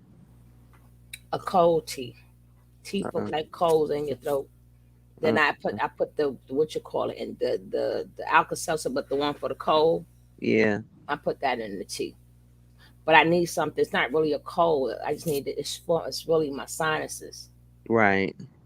But it all does the same. As long as I take my allergy pills. They just post whatever looks good. And then those women, they push younger women to keep making the same mistakes because they want them to join the club.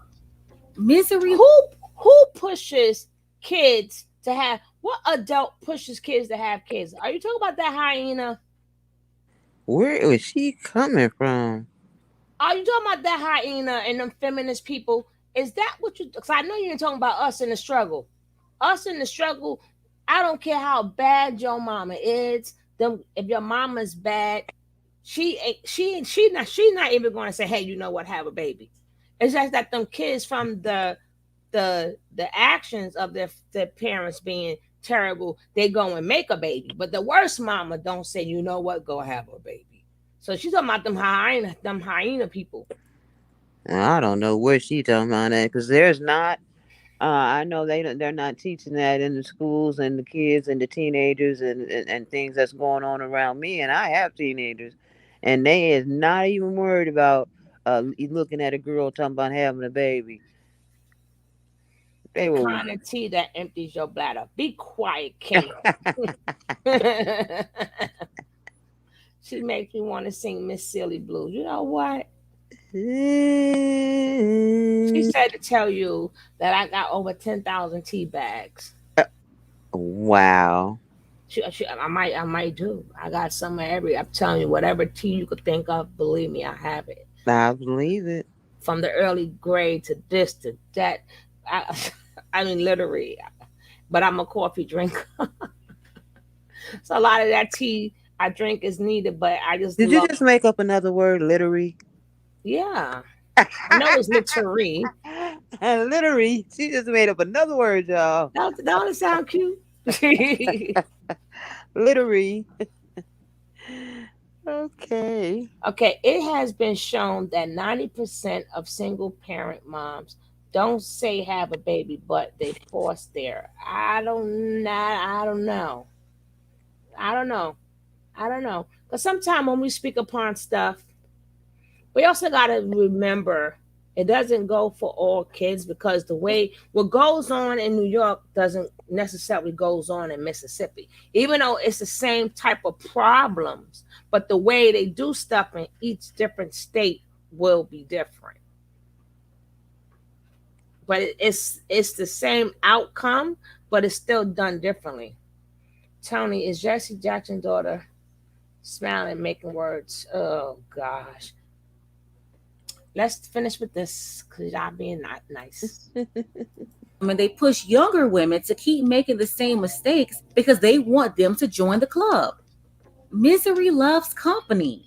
And instead of telling girls not to make the same mistake, they go around encouraging them to do whatever they want to do, sabotaging these women and recruiting them into this lifestyle. Backwood Bosses honored Olivia with a candlelight vigil, and then on Saturday, October 22nd, 2021, the group hosted a party to celebrate her life and raise money to give to her family to go towards her funeral. Very unfortunate situation for her two boys. My heart goes out to them, as well as the innocent man Travis and his family. One thing that had me a little confused here was when Olivia made this statement on Facebook. She posted a lady dancing on TikTok and said that's what she was going to be doing at a Backwood Bosses event that she was going to be attending in September 2021. She said, when you see my white A hitting this tomorrow, just mind your business because I'm going to be in my own world. And I was like, wait, she's a white woman? I thought she was black. No, but it she's looks like she was mixed. calling herself white She's because her mixed. dad is white Right, and her she's mother mixed. is black. Correct. So let's say I meant to tell you, well, we already knew she was mixed, so I don't know why she didn't notice that, but wait till the sister go in. Not in a good place, and they're being bombarded online with too many messages of well wishes and condolences. She has a twin sister who is obviously upset. The twins said they will fall out all the time, but would always reconnect the next day. She has 2 kids as well, but her kids are twins. So her twin, she's been venting on Facebook, and on one of her posts, she went off on their dad, blaming him for this. She said, man, I done woke up just to cry multiple times last night. I can't even be awake without having a face full of tears. I don't know what to do or what I'm supposed to do. It was always us, man. I love you, big girl. I don't even know how to deal with anything after this. These words ain't even enough to explain how the F I'm feeling right now. Man, F you, Frank Popham. She needed a father figure, and you wait till my baby was grown to try to enter our lives. My baby could have gotten through a lot of these male problems if her old man was there. I hate you, I hate you, I hate you. If I could have her back and give you, I would in a heartbeat, man. And that was her twin saying that about their father. He's been apologizing over and over on his Facebook page for not. I'm gonna tell you, that's what a lot of kids are saying. That's what a lot of kids are saying. Don't y'all men get it? No, let's talk about the black woman. This is how your kids are feeling, because this is what I hear. I'm not going by what I think. I'm going by what I know. This is what I hear on daily basis. On daily basis. Oh my goodness. This is what I hear. The hurt and pain in these kids. This is what I hear. Do you know how many times? Like them kids had to get themselves in trouble? You know, boss lady special. She always got to be on here twice, right? You know, it'd be hitting my nerve. I just seen another story about another man and strangled his wife and caught the house on fire. This is crazy. There's a lot of this going on. Yeah, but you know how many times I had kids, oh, can my brother stay here? People out the gate, I should have been like, no. But I'm like, in the name of Jesus. Really, I'm like, okay, go ahead. And thank God nothing that really never happened. But these are things that I hear all the time. I'm gonna rewind that. But I guarantee you, they're gonna say that's the mother's fault. Damn it, men, when y'all gonna realize your kid is hurting? F the mother. Your kids are hurting. F the mother. I mean, you did F her, but F her. Realize your kids are hurting. You care more about proving yourself right about a black woman than your kids. It's the greatest thing ever for you and a group of men to get together and all agree on women, instead of saying, hey,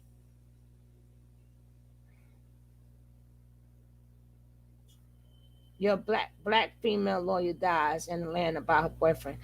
I'm gonna start doing them stories too, but not right now. I found a nice site. I'm gonna do that, but I have to see if the news come. You just can't just pull it up certain things because you'll get a copyright strike. So give me a chance, guys. We're gonna be on to all of them things. But I will check in on that. But as I was saying, and let's try to stay on topic. Please, let's try to stay on topic. Because then if y'all go off topic, y'all make me forget what I'm going to say. But I would tell you, congratulations, man. You win. You win the gender war. But what happened to your kids? But did you win daddyhood awards? You won the war against women. Woo! Woo! Even if your kids talk to you later in life, even if they talk to you when they get older, that respect will never be there because you never did nothing for them.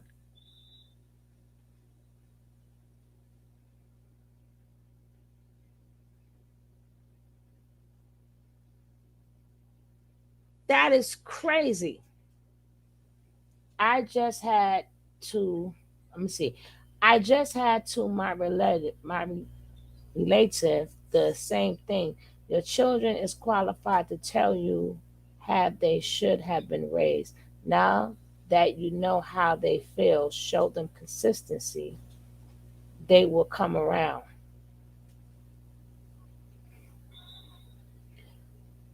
Mentally, let me tell you something.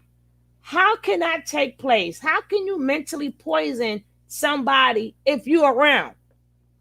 How much time can a mother mentally poison a child if the daddy's around? So people need to stop that too.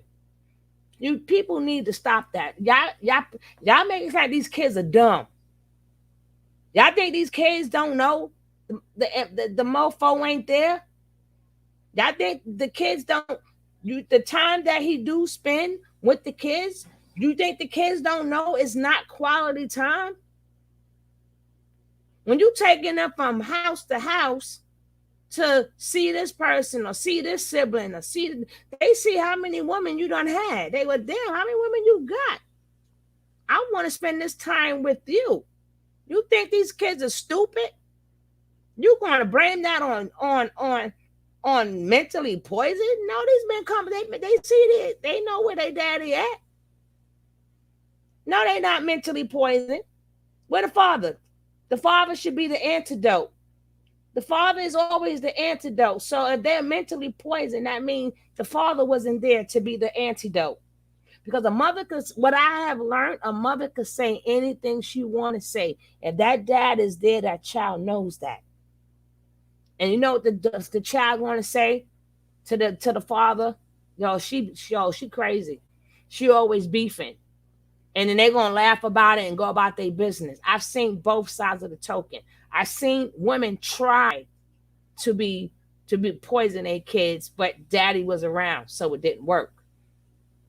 Daddy was around too much, so it didn't work because the father is the antidote. If the father is not there, he left that door open for that child to be mentally poisoned.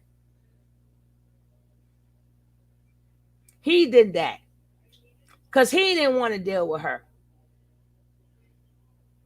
You think these kids don't know they mama crazy? You think these kids don't know? Well, at least the mama ain't never leave them.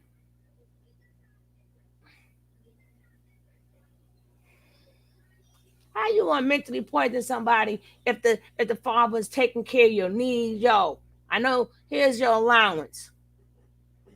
Even though you know what I'm saying, you're not getting your mom child support. Here's something for you. How do you get a woman to keep her hands to herself? A restraining order. The same way she would get a restraining order. Call Popo. They get arrested too. Now, next question, please. I don't give no parent no Call the free. po ho. I don't give you a man or a woman. None of y'all get a pass from me when a child suffers. See, they men always got something to say about the women. The women got something to say about the man. I care about the kids. Neither one get a pass from me. When you see what that letter wrote, that girl wrote in that letter, I hate you, I hate you, I hate you. I'm like, I hear this all the freaking time. So I don't want to hear about no freaking what I don't want to hear from no man what the baby mother do. I don't want to hear from no woman what the father does. I don't want to hear it. So she's out the house. Now what? I don't know what you're saying, King. All I know is I hear that from kids. That's all I care about. You asked the question, I answered it. Now the now what is she's not putting her hands on him no more. Is that the now what you was looking for? That's the now what? Now she's keeping her hands to herself. That's the now what. I don't understand how you didn't understand that's the now what. You asked the question, I answered it. So she's out the house. So she's keeping her hands to herself. Now he can raise his kids. That's now what. She can raise his kids.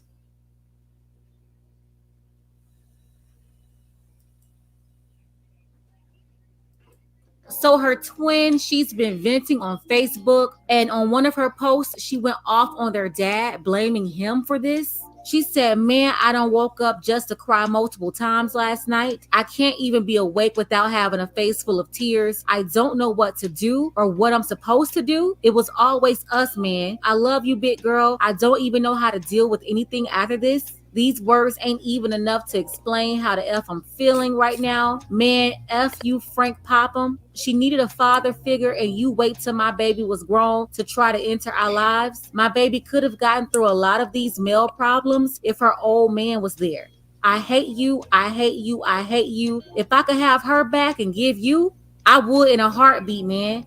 And that was her twin saying that about their father. He's been apologizing over and over on his Facebook page for not being there for the girls growing up. He said, "You're so right. I'm sorry I didn't give y'all the love and attention y'all deserve. I wish I could take her pain away, all of y'all's. I wish it was me. She wanted to come see me, and I told her no because I was embarrassed, because I was broke. I wanted to wait till payday, and she just wanted to come see me. I told her no." Her mother and father had her as teenagers, and her father, he was in and out of jail and trouble, never really was able to get his life on track. He and the mother also had communication issues. And how her twin lashed out at their father online, that shows a lot about how they were raised by their mother. Because she was a teen mom and she grew up with her kids, it's possible that she talked to them like a big sister instead of a mother. You know, I saw some of their interactions on Facebook, and you can kind of see that, which is not uncommon for very young mothers. You're looking at people that became grandparents by age 33 or 34. Growing up with their mother, she probably also put the blame on their father for any hardships they had. Probably told those girls how much of a bad guy their father was, but never once took accountability for her part. She's the one who chose the bad guy. She made a horrible mistake, making a baby at 15, 16 years old. But they instead, she became a teenage mom as well at about 17. Thank you. See, a lot of men, No. This what we not gonna do. This what we not gonna do.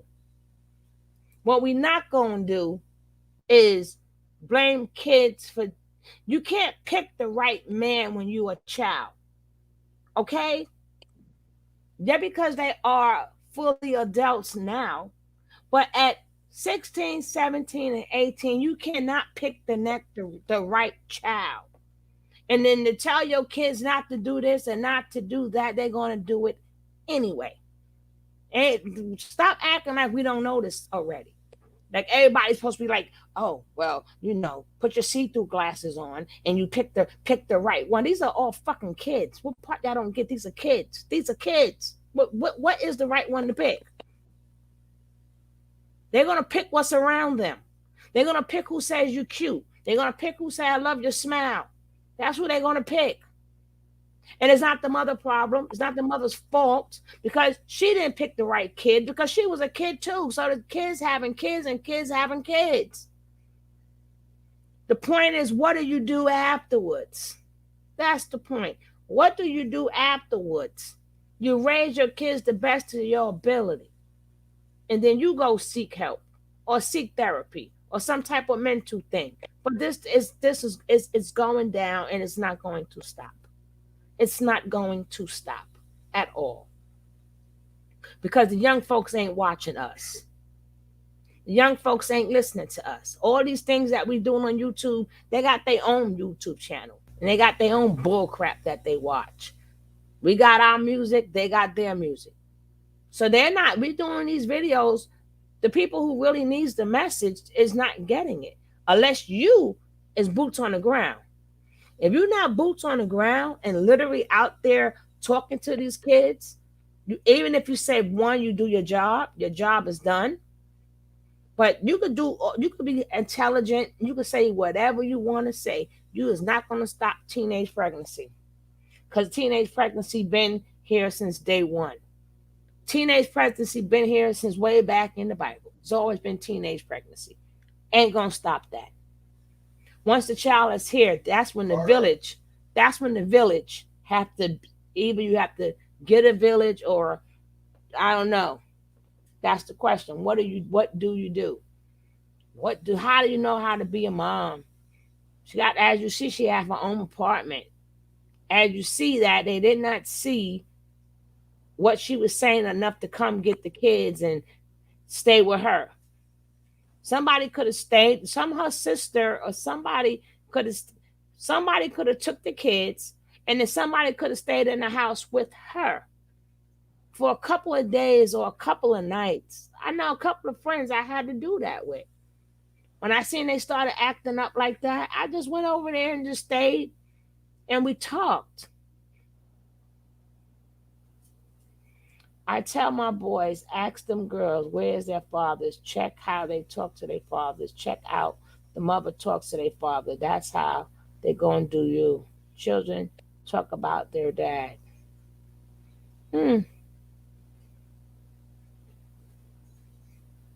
Yeah, but we're going to see something. Let's see what else before I close this out. And we get on Kevin Kitten Hills, baby. Kevin Kitten Hills will be next. But like I said, we going after each other. But the people who needs to hear it, they ain't watching our channels. They ain't paying us adults no mind. So the strategy is, how do we get to them? How do we get to them? I mean, take time to get to know the girl and family before you have the baby. That's what I say. That's what I say. But some of them still do it. Some of them still do what they want to do. But that's what I say. Get to know them and the family. And then girls, don't forget, ovulation plays a big part, because you ovulate and you get kind of, you know the word I'm looking for. I just don't want to say it, but you get kind of like really nice. And it lets off a pheromone that a man can smell. That's why you got women who stay knocked up. Because it's like dogs getting heat. Well, when females start ovulating, they getting heat. And that's when a female they just look so pretty. They smile as pretty. And you ever say to somebody, oh, you glowing today. Oh, you look really nice. And they're like, no reason. That's because she's ovulating.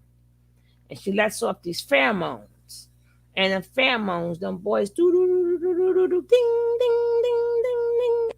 The next thing you know, here go the baby. Here go the baby. I mean, people like that, they got to get into their psychology classes now. Or if you're not, I taught you something new today. So now you got to teach these females. Yeah, I know you in heat and everything, but you a baby now. Now, if you in heat and you sneaking out there, sneak yourself to take them BC pills. Go take them pills or get the IUD or whatever you call that here. These are things you need to do to protect yourself. See, that's what the parents need to be talking about with these kids. The parents should be making sure them girls got them things. Get the little IUD, and he put the little bag on. And that cuts off diseases too. Guess what? That stops STDs too. So it's a 2-for-1 thing. I won't have no babies, and I won't be burning up everything when I go to the bathroom. I won't feel that fire. The stories that I have heard, I'm like, oh my God, for real? You know, I'm not a man, but they were like, I felt like I had a blowtorch. they felt like they had a blowtorch, and poof. I have a friend that right now to this day, he gets mad talking about how to take these pills. Shoot, he mad because he can't drink, but he'll go and mess with the same dirty woman and be mad because he can't drink alcohol because he got to take the pill.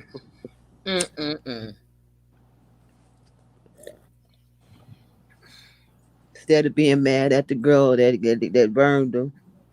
If a man treat y'all keep saying a man, these we talking about kids. These are babies having babies. They spend more time with each other than their own parents. So a lot of time they sneaking off at a friend house or something doing to do. Most of the mothers and fathers don't meet the boyfriend and girlfriend till after the girl is already knocked up. Y'all better stop acting like y'all not in the real world. I speak the real world. I speak the real world. I know they still all sit outside. They on a bench together. They at the party together. They with the friends together. They in front of the building together, or wherever they meet, wherever you live at, and wherever they meet at. At my house, it used to be the electrical box, and it was one in front of my house. They And sit that's on the electrical box. right. So wherever, so they all is getting to know them. They ain't worrying about their mom. And I had to find out about that the hard way because I come outside and I'm like, what are all of y'all doing in front of my house? I didn't even know half these kids. They told me, oh, this is where we meet at the electrical box. I said, well, my yard, just because it's in my yard don't mean y'all gonna be meeting around here. They let me know that that's what they do. Mm-hmm. I said, well, you know what? That's fine with me, long as y'all don't start no trouble. That's why I said a lot of them they spend more time with each other than they do their own family members.